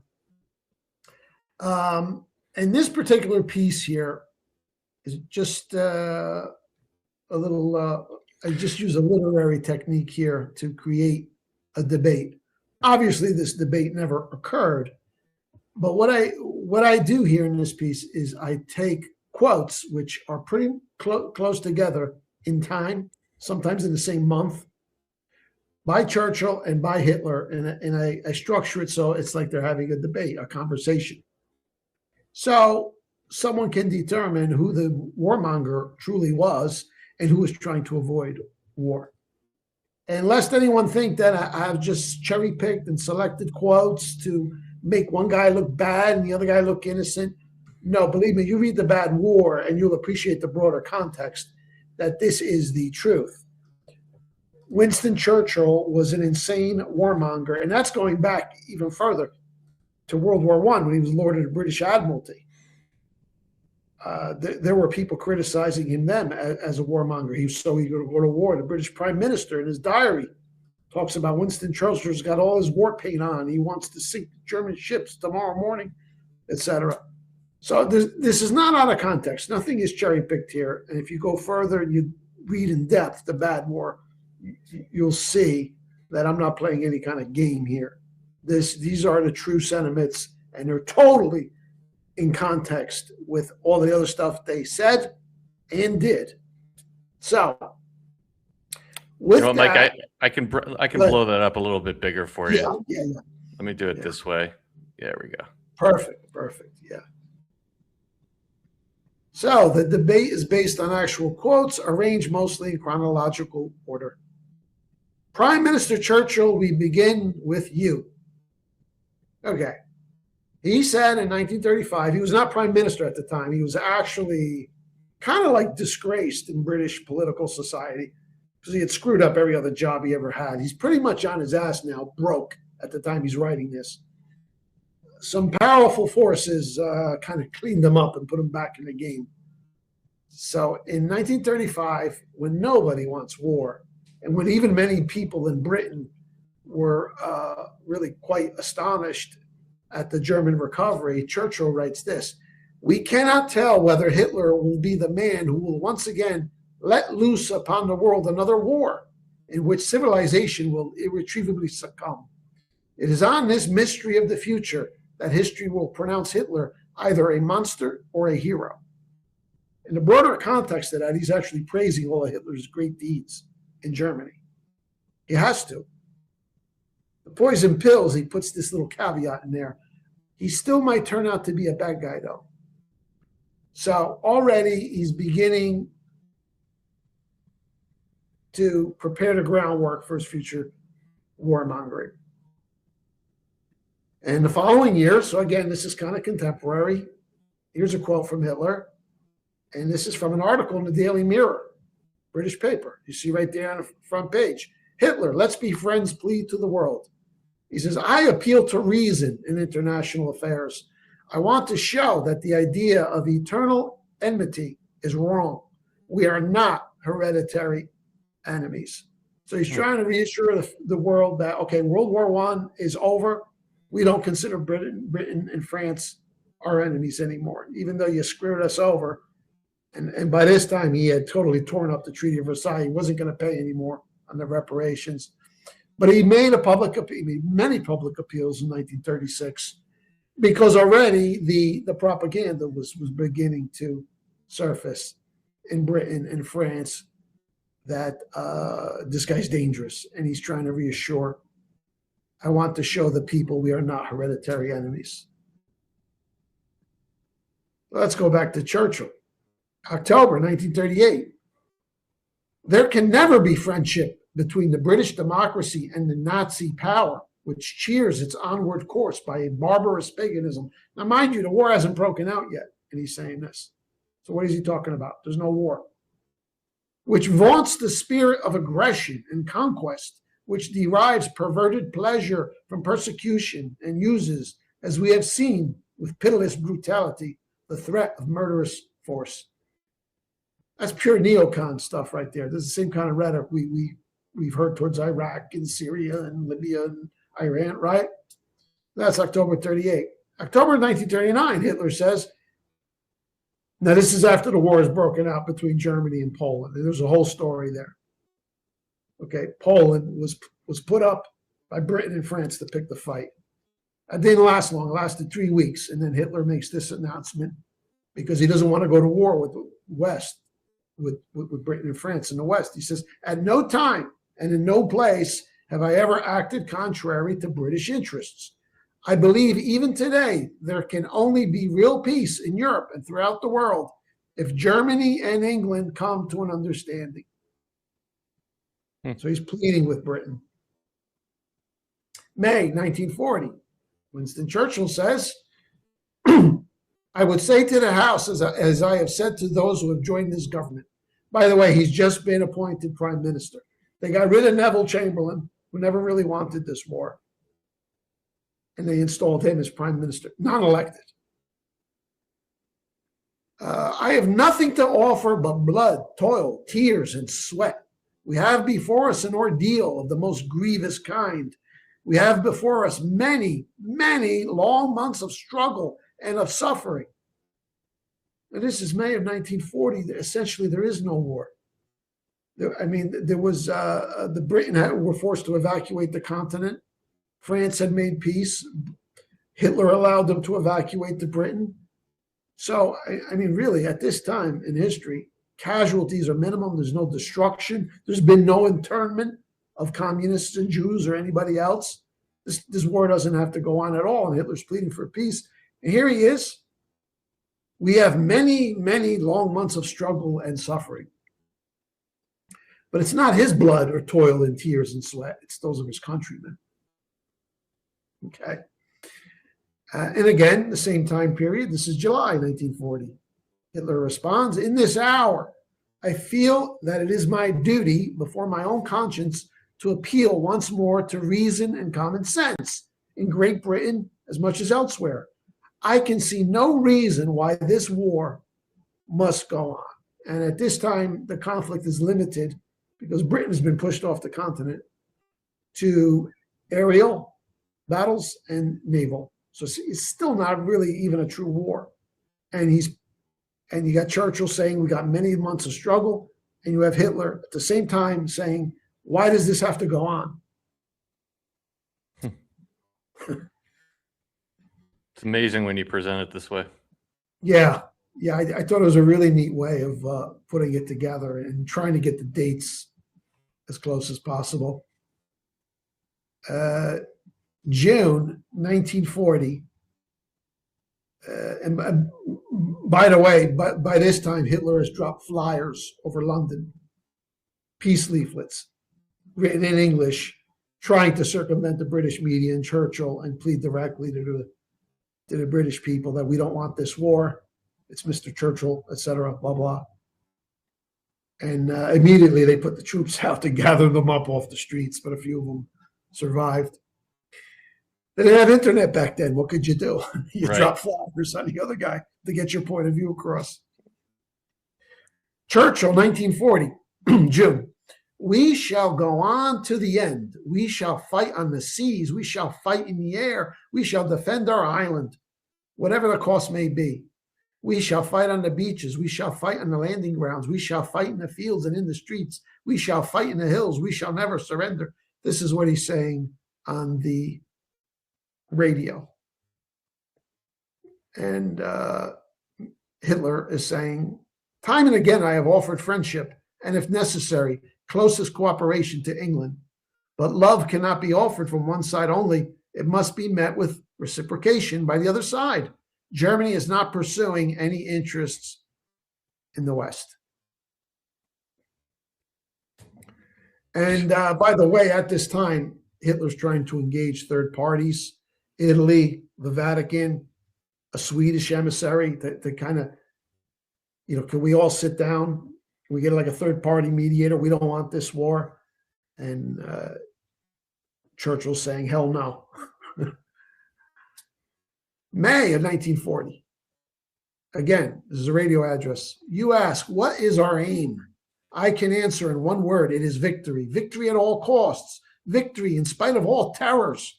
Victory, however long and however hard the road may be. For without victory, there is no survival. And again, mind you, there's essentially no war at this time. There's just naval and aerial.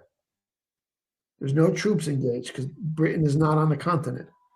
They're off the continent, and all Hitler wants is for them to stop. And he's talking about however long and hard the road may be.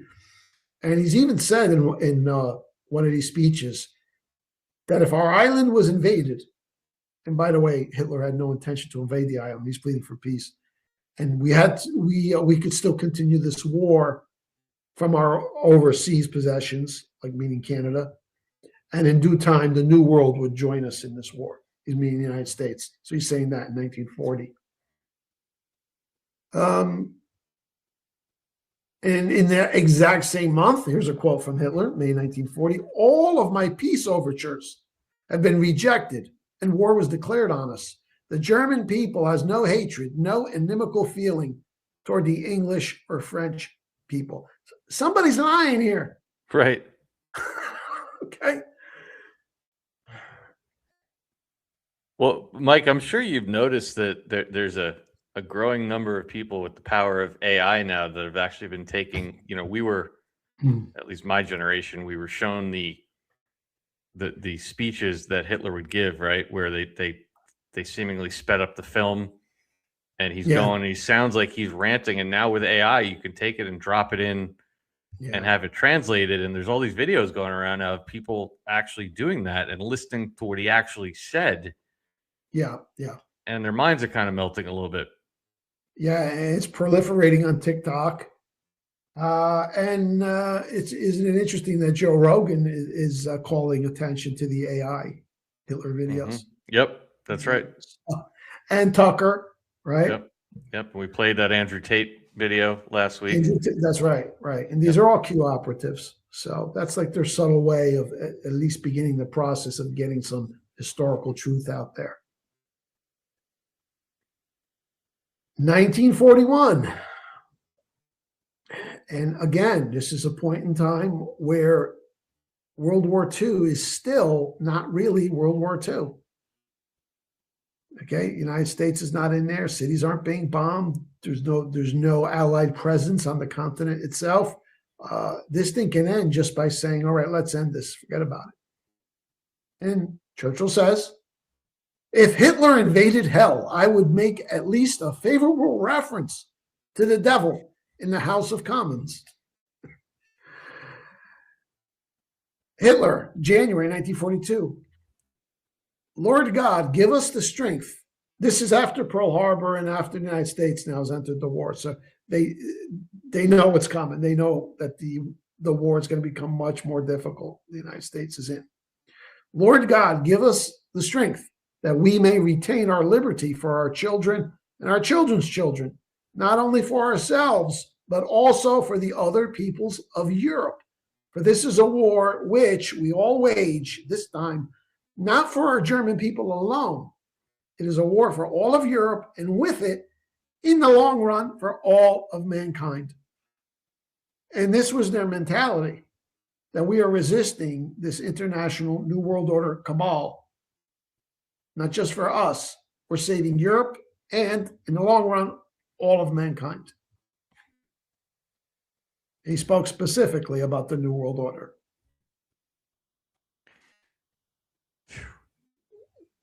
Red pill stuff, huh? Yeah, absolutely. Yeah. Churchill. I wish I had more commentary to give you, Mike. I'm just, it is mind blowing when you look at it this way. Keep going, my friend. Yeah, it is. It is astonishing when you're first exposed to it, but once the defenses go down and you get deeper into it. This guy was a monster. This guy was a prolific alcoholic. He was dead broke, but he was highly ambitious. They bought him up. That's even like establishment history, who his wealthy backers were. The guy was on the brink of bankruptcy. He came from wealth on both sides of his family, mother and father. He just blew through everything. He was just a total degenerate individual here. And it was weird because he was basically shunned by the British political class after World War I because he was such a screw up as Lord of the Admiralty. But they basically took this guy almost out of the sewer and built him up. In many respects, he's like Obama. He's like a total nobody and an incompetent, yet highly ambitious. Horrible. Propped up character. Yeah. And he was murderous. I mean, some of the stuff that he wrote, I mean, stuff that's been declassified about burning German cities. I mean, just a sicko. July 1941, Churchill says there is one thing that will bring Hitler down, and that is an absolutely devastating, exterminating attack by very heavy bombers from this country upon the Nazi homeland. And that was the program, to kill, to genocide as many of the German workforce as possible. They targeted the urban centers and their homes, which was more easily catch fire and create massive refuge. I mean, he speaks about this in internal memorandum. Exterminating is a pretty... yeah, he uses that word. Yeah. Exterminating attack. And the heavy bombers bomb indiscriminately. You cannot pinpoint, like, say, a munitions factory or something like that. No, it's just, you're dropping from way up there. Okay, so the anti-aircraft fire can't reach you. You have no idea where it lands. You just carpet bomb indiscriminately. But he does write in internal memorandum, him and his right-hand man, the Professor Lindemann, they openly speak about destroying the workforce. So there won't be anyone in the factories, just killing the people and their families. That's July 1941. May 1941, Hitler, again and again, I uttered these warnings against this specific type of aerial warfare. And I did so for over 3.5 months. That these warnings failed to impress Mr. Churchill does not surprise me in the least. For what does this man care for the lives of others? What does he care for culture and for architecture? Hitler did not want to resort to this bombing, and indeed, they never really responded in kind. There was one time where they hit London after Germany's civilian areas were hit like 8 times. But Germany didn't even build heavy bombers, okay? It truly is a terroristic weapon because all you could do is just carpet bomb with the heavy bombers. And, he talks about the destruction of architecture. That is exactly the case in Germany and even in the countries that were liberate, Belgium, France. The British heavy bombers and the American heavy bombers, it was just carpet bomb. That was the mentality. Kill them all, let God sort them out. And they killed so many, even in the countries that they're liberating, an estimated 30,000 Belgians were killed, an estimated 80,000 French were killed. And those might be low estimates. But just like the architecture and the old cities and the old buildings. By the way, that's why the Germans gathered up the precious artworks of Europe. Right? You ever hear that story? Oh, the Nazis, they looted art. Yeah, they stole everything. Yeah. They're protecting the art, just like they did in World War I. Because the Americans and the British, they just destroyed everything, wholesale. June 1940, Churchill. This is also from a radio address. And even if this island, or a large part of it, were subjugated and starving, then our empire, beyond the seas, armed and guarded by the British fleet, would carry on the struggle. Until, in God's good time, the new world, that's the United States, with all its power and might, steps forth to the rescue and liberation of the old world. Well, wait a minute. I thought FDR was saying your boys are not going to any foreign wars. Churchill's saying, don't worry, they're going to come bail us out. What does he know? So, but listen to this language. If our island were subjugated and starving, we're still going to carry out the war. So he would have made it safely to Canada if something like that happened. And they would have carried out the war with the United States and the vaunted British Navy. So that's June 1940, when Hitler's dropping peace flyers.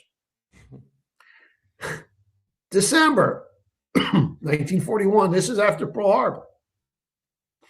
So now it's on. The United States is coming into the war. Hitler has to acknowledge that.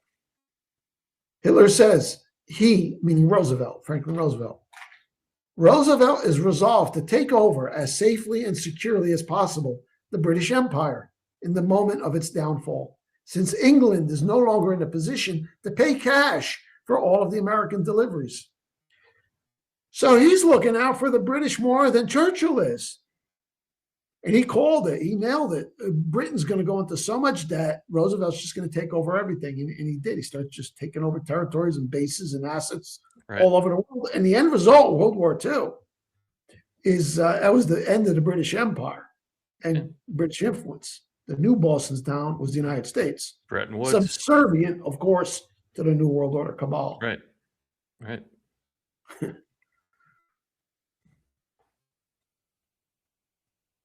This is a quote actually hearkening back to World War I. So even though these are not really contemporary quotes, I put them together just to illustrate a contrast here of opinion.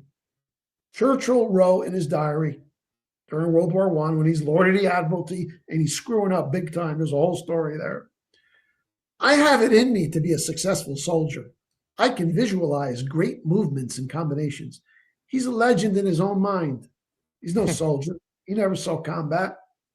How the hell he got that gig, Lord of the Admiralty, is testament to the fact that he was a high-level Freemason, okay, whose mommy was the daughter of Leonard Jerome, known as the King of Wall Street, Jerome Avenue.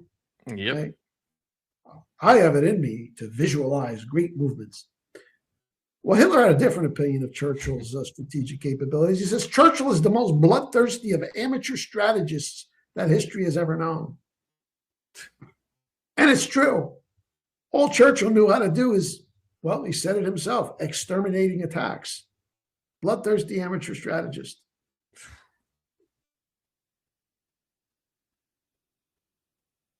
(1944).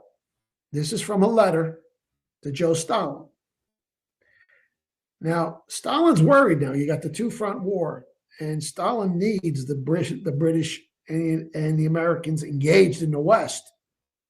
Okay? Otherwise, the full force of the German force could be placed in the East. He doesn't want that. So he's kind of worried. He knows in the long run that he thinks that Churchill's going to double-cross him. And that is his intent, by the way. Because after they got right with Germany, they really coveted as the Soviet Union. But he writes to Stalin in 1944.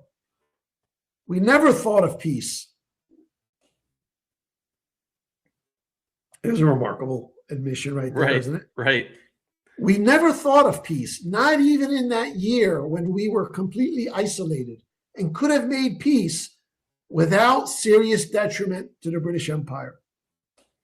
So he is admitting that he could have made peace with Hitler, and he's confirming what Hitler said all along. We don't want anything from Britain. So why should we think of it now when victory approaches for the three of us? Meaning him, Stalin, and Roosevelt. And that's from an actual letter. Reassuring Stalin, don't worry, we're not going to make peace. I didn't make peace when I could have made it very easily. And it was our interest to do so. We still didn't make peace. Don't worry about it, Joe. And then finally, Hitler, on the eve of his suicide in 1945, he writes in his final testament, it is untrue that I or anyone else in Germany wanted war in 1939. And he said this all along. He's been saying this. I have made too many offers for the limitation and control of armaments, which posterity will not be cowardly enough to always to disregard. For responsibility for the outbreak of this war to be placed upon me. Nor have I ever wished that after the appalling First World War, in which he was badly injured twice, that there would ever be a second against either England or America. So he said that throughout the 1930s, before coming to power. He said that before the war started. He said that during the war. He said it right up until the very end. I never wanted this war, and it's all confirmed by facts. And the fact that Germany went into all these countries, there's a context there. You're going into all these countries because Britain's coming in, or because the Soviets are coming in. So it's like Britain would overthrow the government of Yugoslavia. Defensive posture, not an offensive posture. Totally. That's all confirmed. I got all the receipts in my book. And there's more. The debate continues here. This is from an internal letter dug up by the great David Irving, who had access to British archives, German archives, right? Churchill writes, he's writing to his military men, I want proposals for basting the Germans on their retreat from Breslau. So the German people, terrorized by the Soviet advance, the Soviets were just raping everything they got their hands on. They were migrating towards the west from Breslau, for example. And the British would bomb them as they're retreating. He says, I want proposals for basting them, burning them alive. And that's what they did in Dresden. That's what they did to several. There are several. Dresden was the main one, but there are other incidents too where they firebombed specifically for the purpose of incinerating the town and the people in it. And he wrote that in January 1945, 3 weeks before the genocidal firebombing of the civilians of Dresden. Dresden is one of the worst atrocities. That's the worst atrocity of World War II. Hiroshima doesn't compare. Tokyo, Nagasaki. It was just a firebombing. They burnt the entire center of the city to the ground. Population of 600,000, but the population had swollen to 1.2 million because these people retreating from places like Breslau, they were terrorized. So they backed them all into one place and then did it? Wow. That's right. Dresden was packed with refugees. Some of them were actually refugees from Russia, the Soviet Union. Because what happened with Germany went in, a lot of people saw them as liberators. So in Stalin's mind, they're traitors. So now when the Germans are retreating, they follow the Germans. So there's not just Germans, but the population of the city is 1.2 million. 90% of the city center was melted. People were melting in the asphalt. The flame were so intense, it was lifting people off the ground into the fire. It was hell on earth. And the West German government, years later, which, mind you, was a puppet of the United States, they said 200,000 dead. So if anything, that's probably a low ball figure. Some people say because the population was so swollen, it may have been as much as 400,000 dead. We don't know. Now they've got it down to 30,000, which is a goddamn lie. They keep saying, oh, it wasn't as bad. Now, if the West German government, which was an American puppet government, if they said 200,000, that's a low ball figure. Right. Basting Germans. Indeed, they did. That's exactly what they did, with deliberate intention to burn women and children alive. And then finally, Hitler at the end writes, centuries will go by, but from the ruins of our towns and monuments, the hatred of those ultimately responsible will always grow anew against the people whom we have to thank for all of this. International Jewry and its henchmen. In other words, the Epstein class of its day.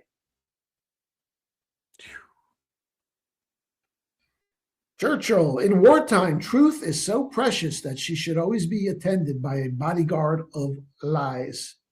This is something he wrote. This was not for public consumption, but it's something he wrote. And this is something that they actually agree upon, because Hitler says, the gift that Mr. Churchill possesses is the gift to lie with a pious expression on his face and to distort the truth until, finally, glorious victories are made out of the most terrible defeats.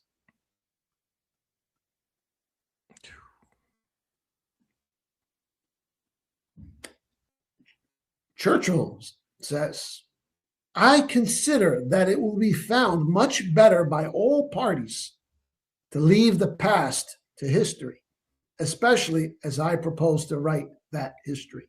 Wow.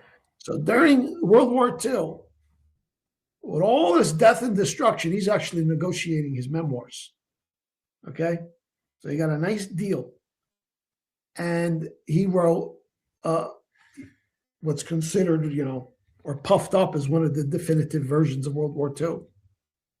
He indeed wrote the history, and he knew he was going to write the history, and he's boasting about it here. Okay? And then Hitler gives us a bit of real history that maybe just now he's finally being vindicated. We're seeing the early stages of that. He writes, despite all setbacks, this war will one day go down in history as the most glorious and heroic manifestation of the struggle for the existence of a nation. And that is absolutely true. That's what World War II is. It was the struggle of Germany and Japan against the New World Order, telling the New World Order to get stuffed. They paid the price for it. And once again, anyone thinks that I just cherry pick quotes here to buttress my case. Read the Bad War. I've had it. Try to put holes in here. All the receipts are in here. Hitler, Germany, and Japan wanted peace. The New World Order and its various subsidiaries wanted war. And should that be such a surprising thing, given what we've seen in recent years, what we've learned from Q, right? And this is my mantra here that I repeat constantly. World War II is the foundational mythology which defines the modern world. We cannot fully understand current events until we correct the historical errors surrounding that history-altering tragedy. And what does the Q Post say? I think it's 4545 when it spells out all of these globalist organizations. The NATO, the UN, right? The World Health Organization, et cetera, et cetera, et cetera. Where did they all come out of?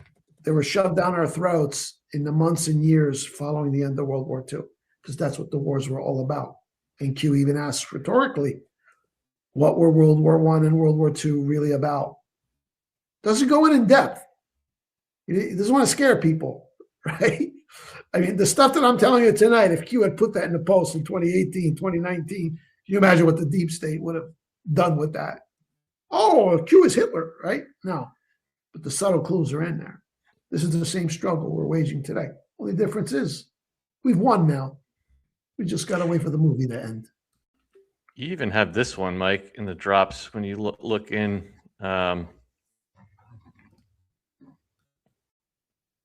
forgot about this, that they even pull it down. They even mentioned Hitler by name.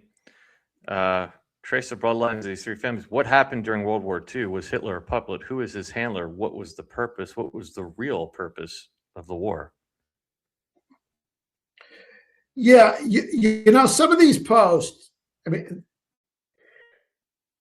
he goes along with, it's like in one sense, he's letting you know what the truth of World War II is, okay? But he's got to be careful. So then in another sense, he's posting something like that to get you to think that there was a bigger hand behind World War II. Right, right. But absolutely, Hitler was nobody's puppet. However, I do believe because these New World Order globalists wanted another world war, they said this will be the ideal guy that we could vilify. Well, because he talks tough. That's the way I read that now. Is not necessarily that he was a puppet in terms of what we think, but that it's the same thing I say about Trump. Trump, despite everything that's gone on, if we didn't win this, he would have been painted like another Hitler. I almost read that, and you know what everything that all the other drops say, you start to understand that you're being painted pictures. You could replace the word, I hate to say it, you could almost replace the word puppet with a pawn or a victim of the greater bankers in the New World Order, ultimately. Yeah. It's the bottom line. They did end up using him as a straw man. Okay. Right. Because if you had some, like the way Germany was going, it was finished. It was dying. The country was dying, and their politicians were just weak and corrupt. If you wanted to have another world war, you really wouldn't have a pretext for it. Okay. But a guy like Hitler comes along and says, I'm going to rebuild Germany. I'm going to rearm Germany. You're not going to tell us what to do. They were able to use that as a straw man. Right. And say, oh, Hitler's rearming, which he was. Of course, what they don't tell you is that the Treaty of Versailles cut the German military down to 100,000. This is a nation of like 80 million people in the heart of Europe, surrounded by enemy. That's nothing. So they weren't rearming. It's just getting back to a point where you could be safe as a country. Right.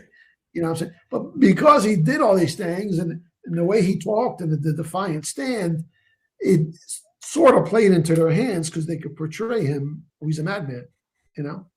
Yep. But as far as like being like any kind of puppet or cabal, no, absolutely not. Churchill was, though. Churchill would have ended up homeless if it wasn't for the cabal cleaning him up. I mean, he couldn't even pay his bills. Really, Mike, it really is. Like I said, I wish I had more commentary to contribute to that, but I'm just sitting here just reading this side by side. It is amazing when you present it that way. Time to take a look at everything else. And I think there's a reason you're starting to see those rumblings, as you said, Joe Rogan, Andrew Tate. And like I said, when we played that clip last week, it's now been, 2 weeks or so since some of that stuff's been going on. And what I find interesting, like we always talk about, is what is not being said. Andrew Tate, I don't know how many tens of millions of followers he has. Usually when he opens his mouth on something like potentially questioning the true story behind Hitler, that would have been a beach ball on a tee for him to get canceled, taken down. Nothing. I haven't found anything yet. And that to me says a lot. That maybe they're paving the way to start to actually have some of these conversations on a larger scale. Joe Rogan too. Tucker, I have not seen any of them painted as you know.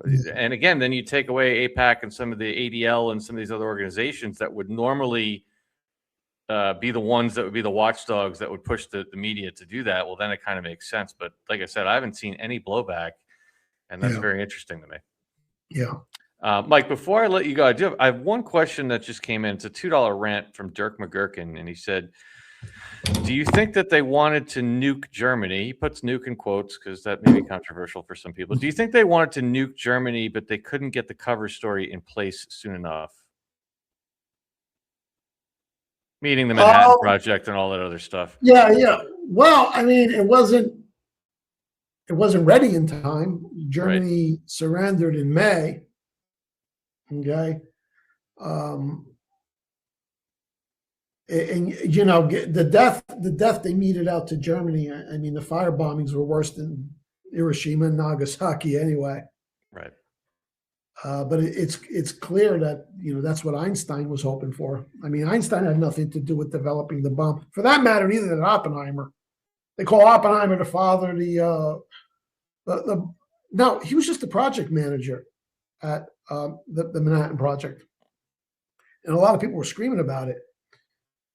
But he really wasn't a top level scientist anyway. But anyway, people associate Einstein, the atomic bomb, because he wrote that infamous letter to Roosevelt, urging him to start the project and begin researching this. And in this letter, he's saying such a bomb could destroy a whole harbor or something like that.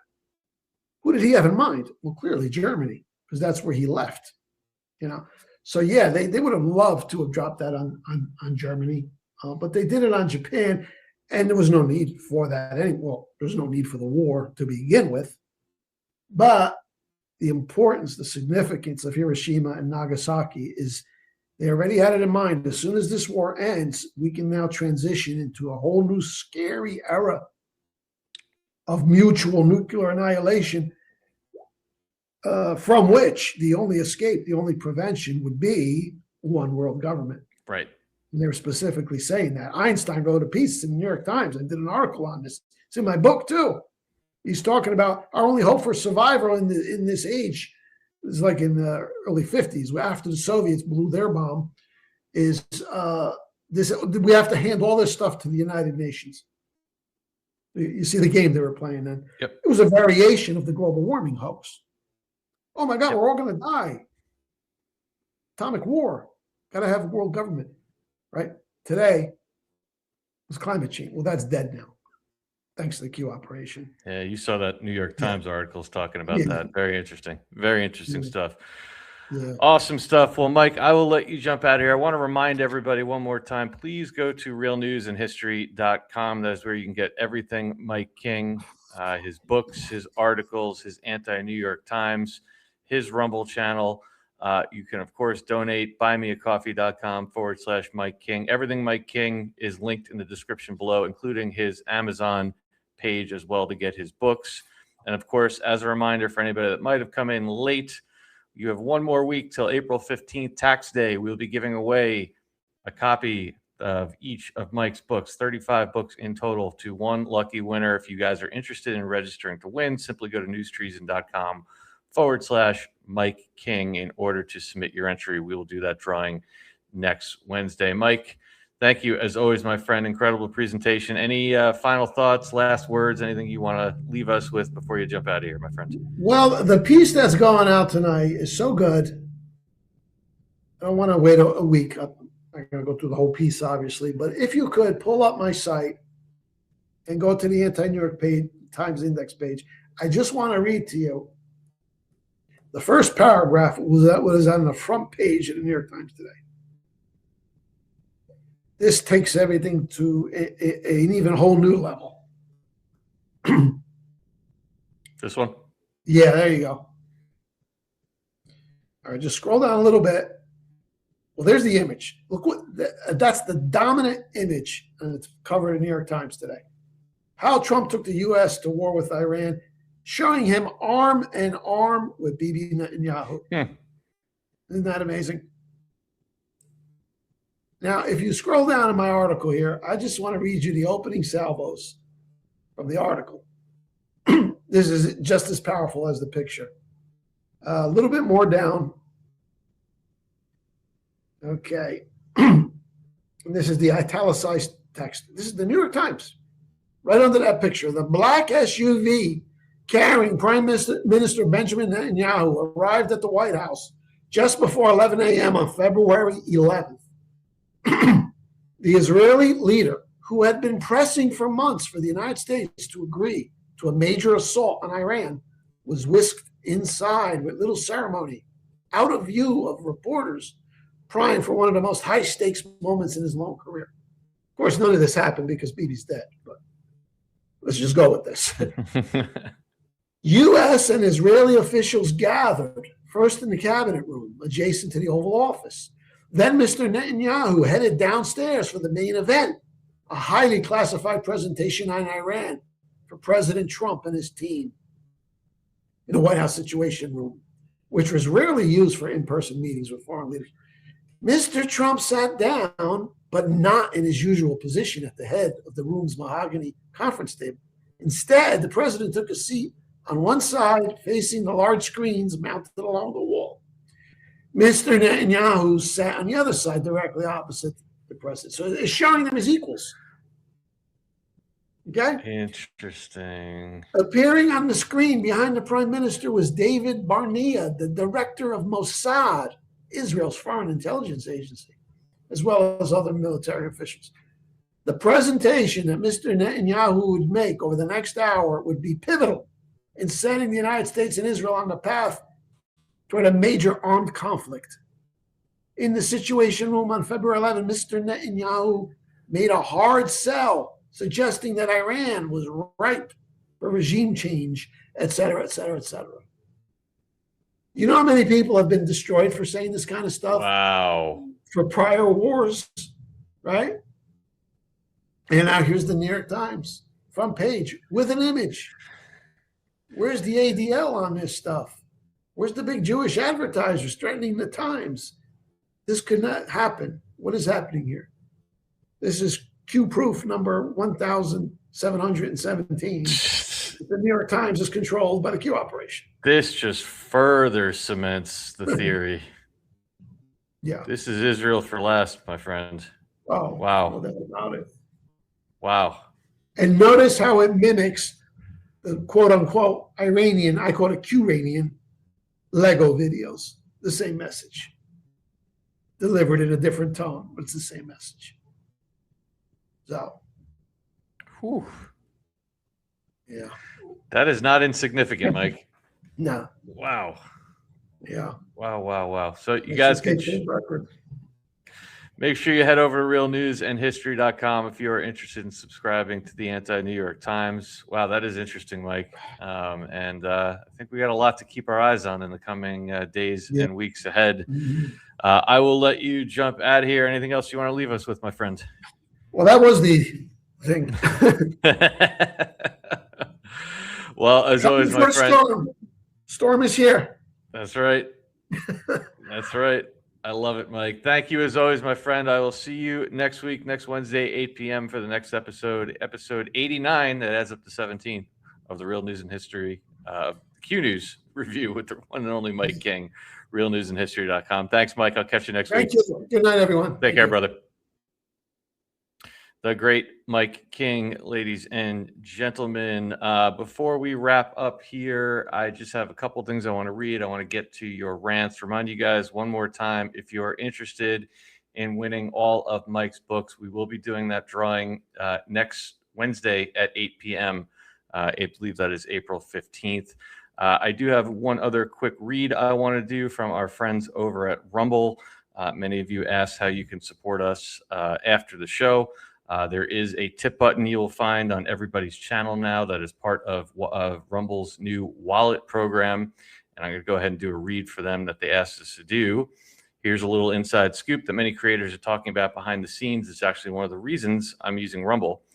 They made a way to super chat creators so you get paid immediately and without any fees. YouTube and Twitch take up to 50% of the fees when you tip creators. This method takes none.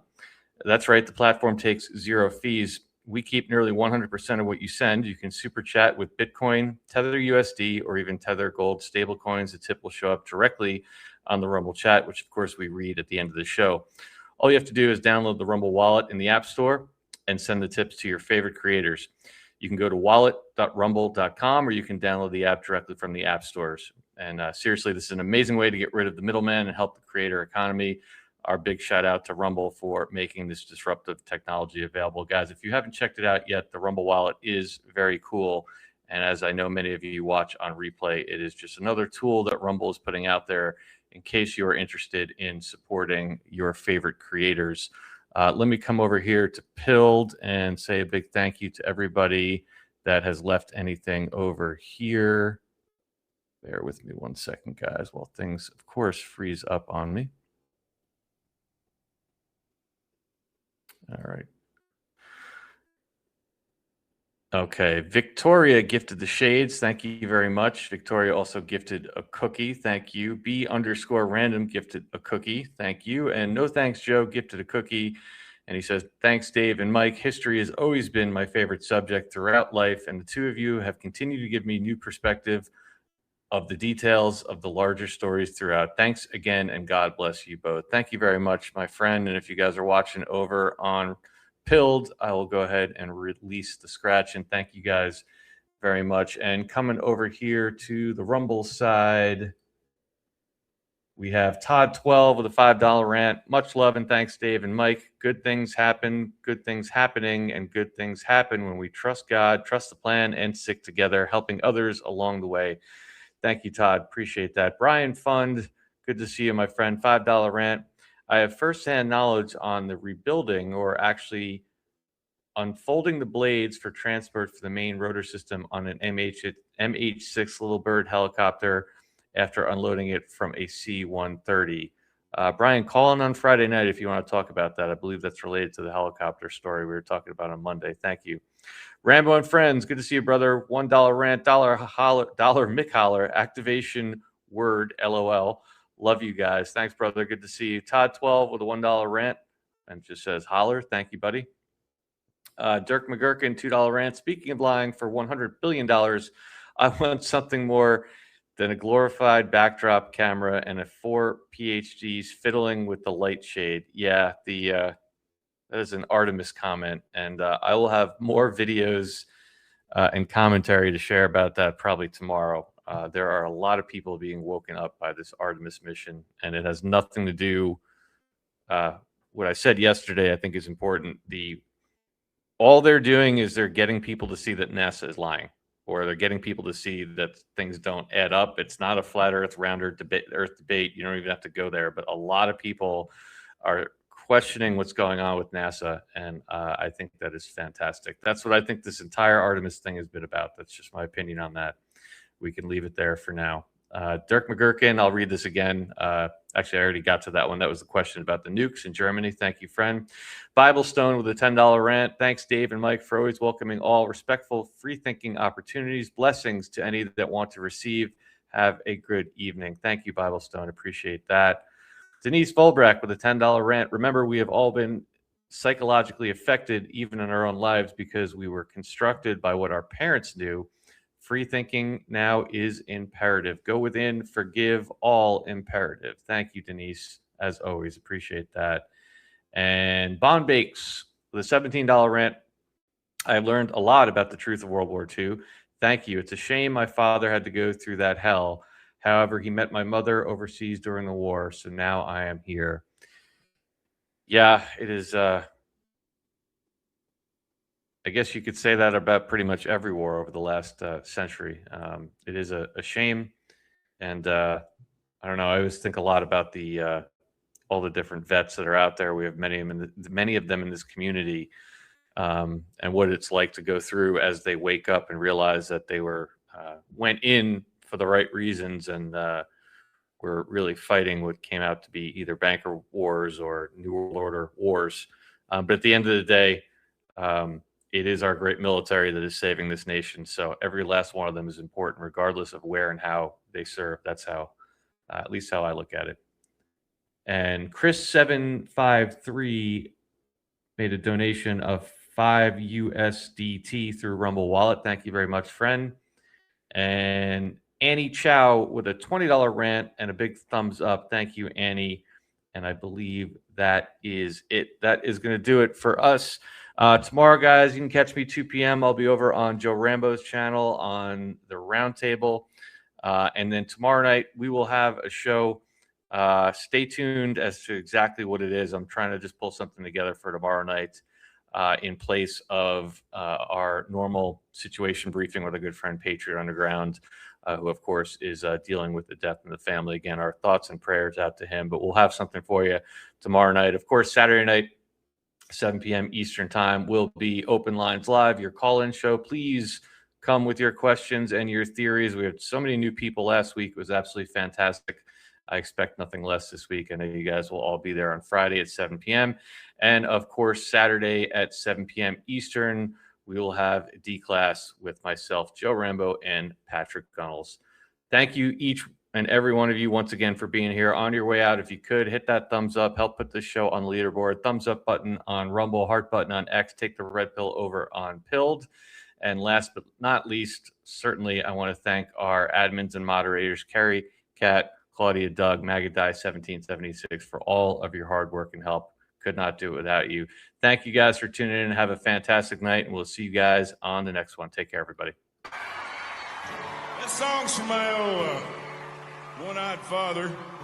Came back from the service with one eye. He never complained about it my whole life. And all the stuff I do for the great, mighty USO and all the good work they do for our fantastic military. It's all in dedication to my father. And I like to do this.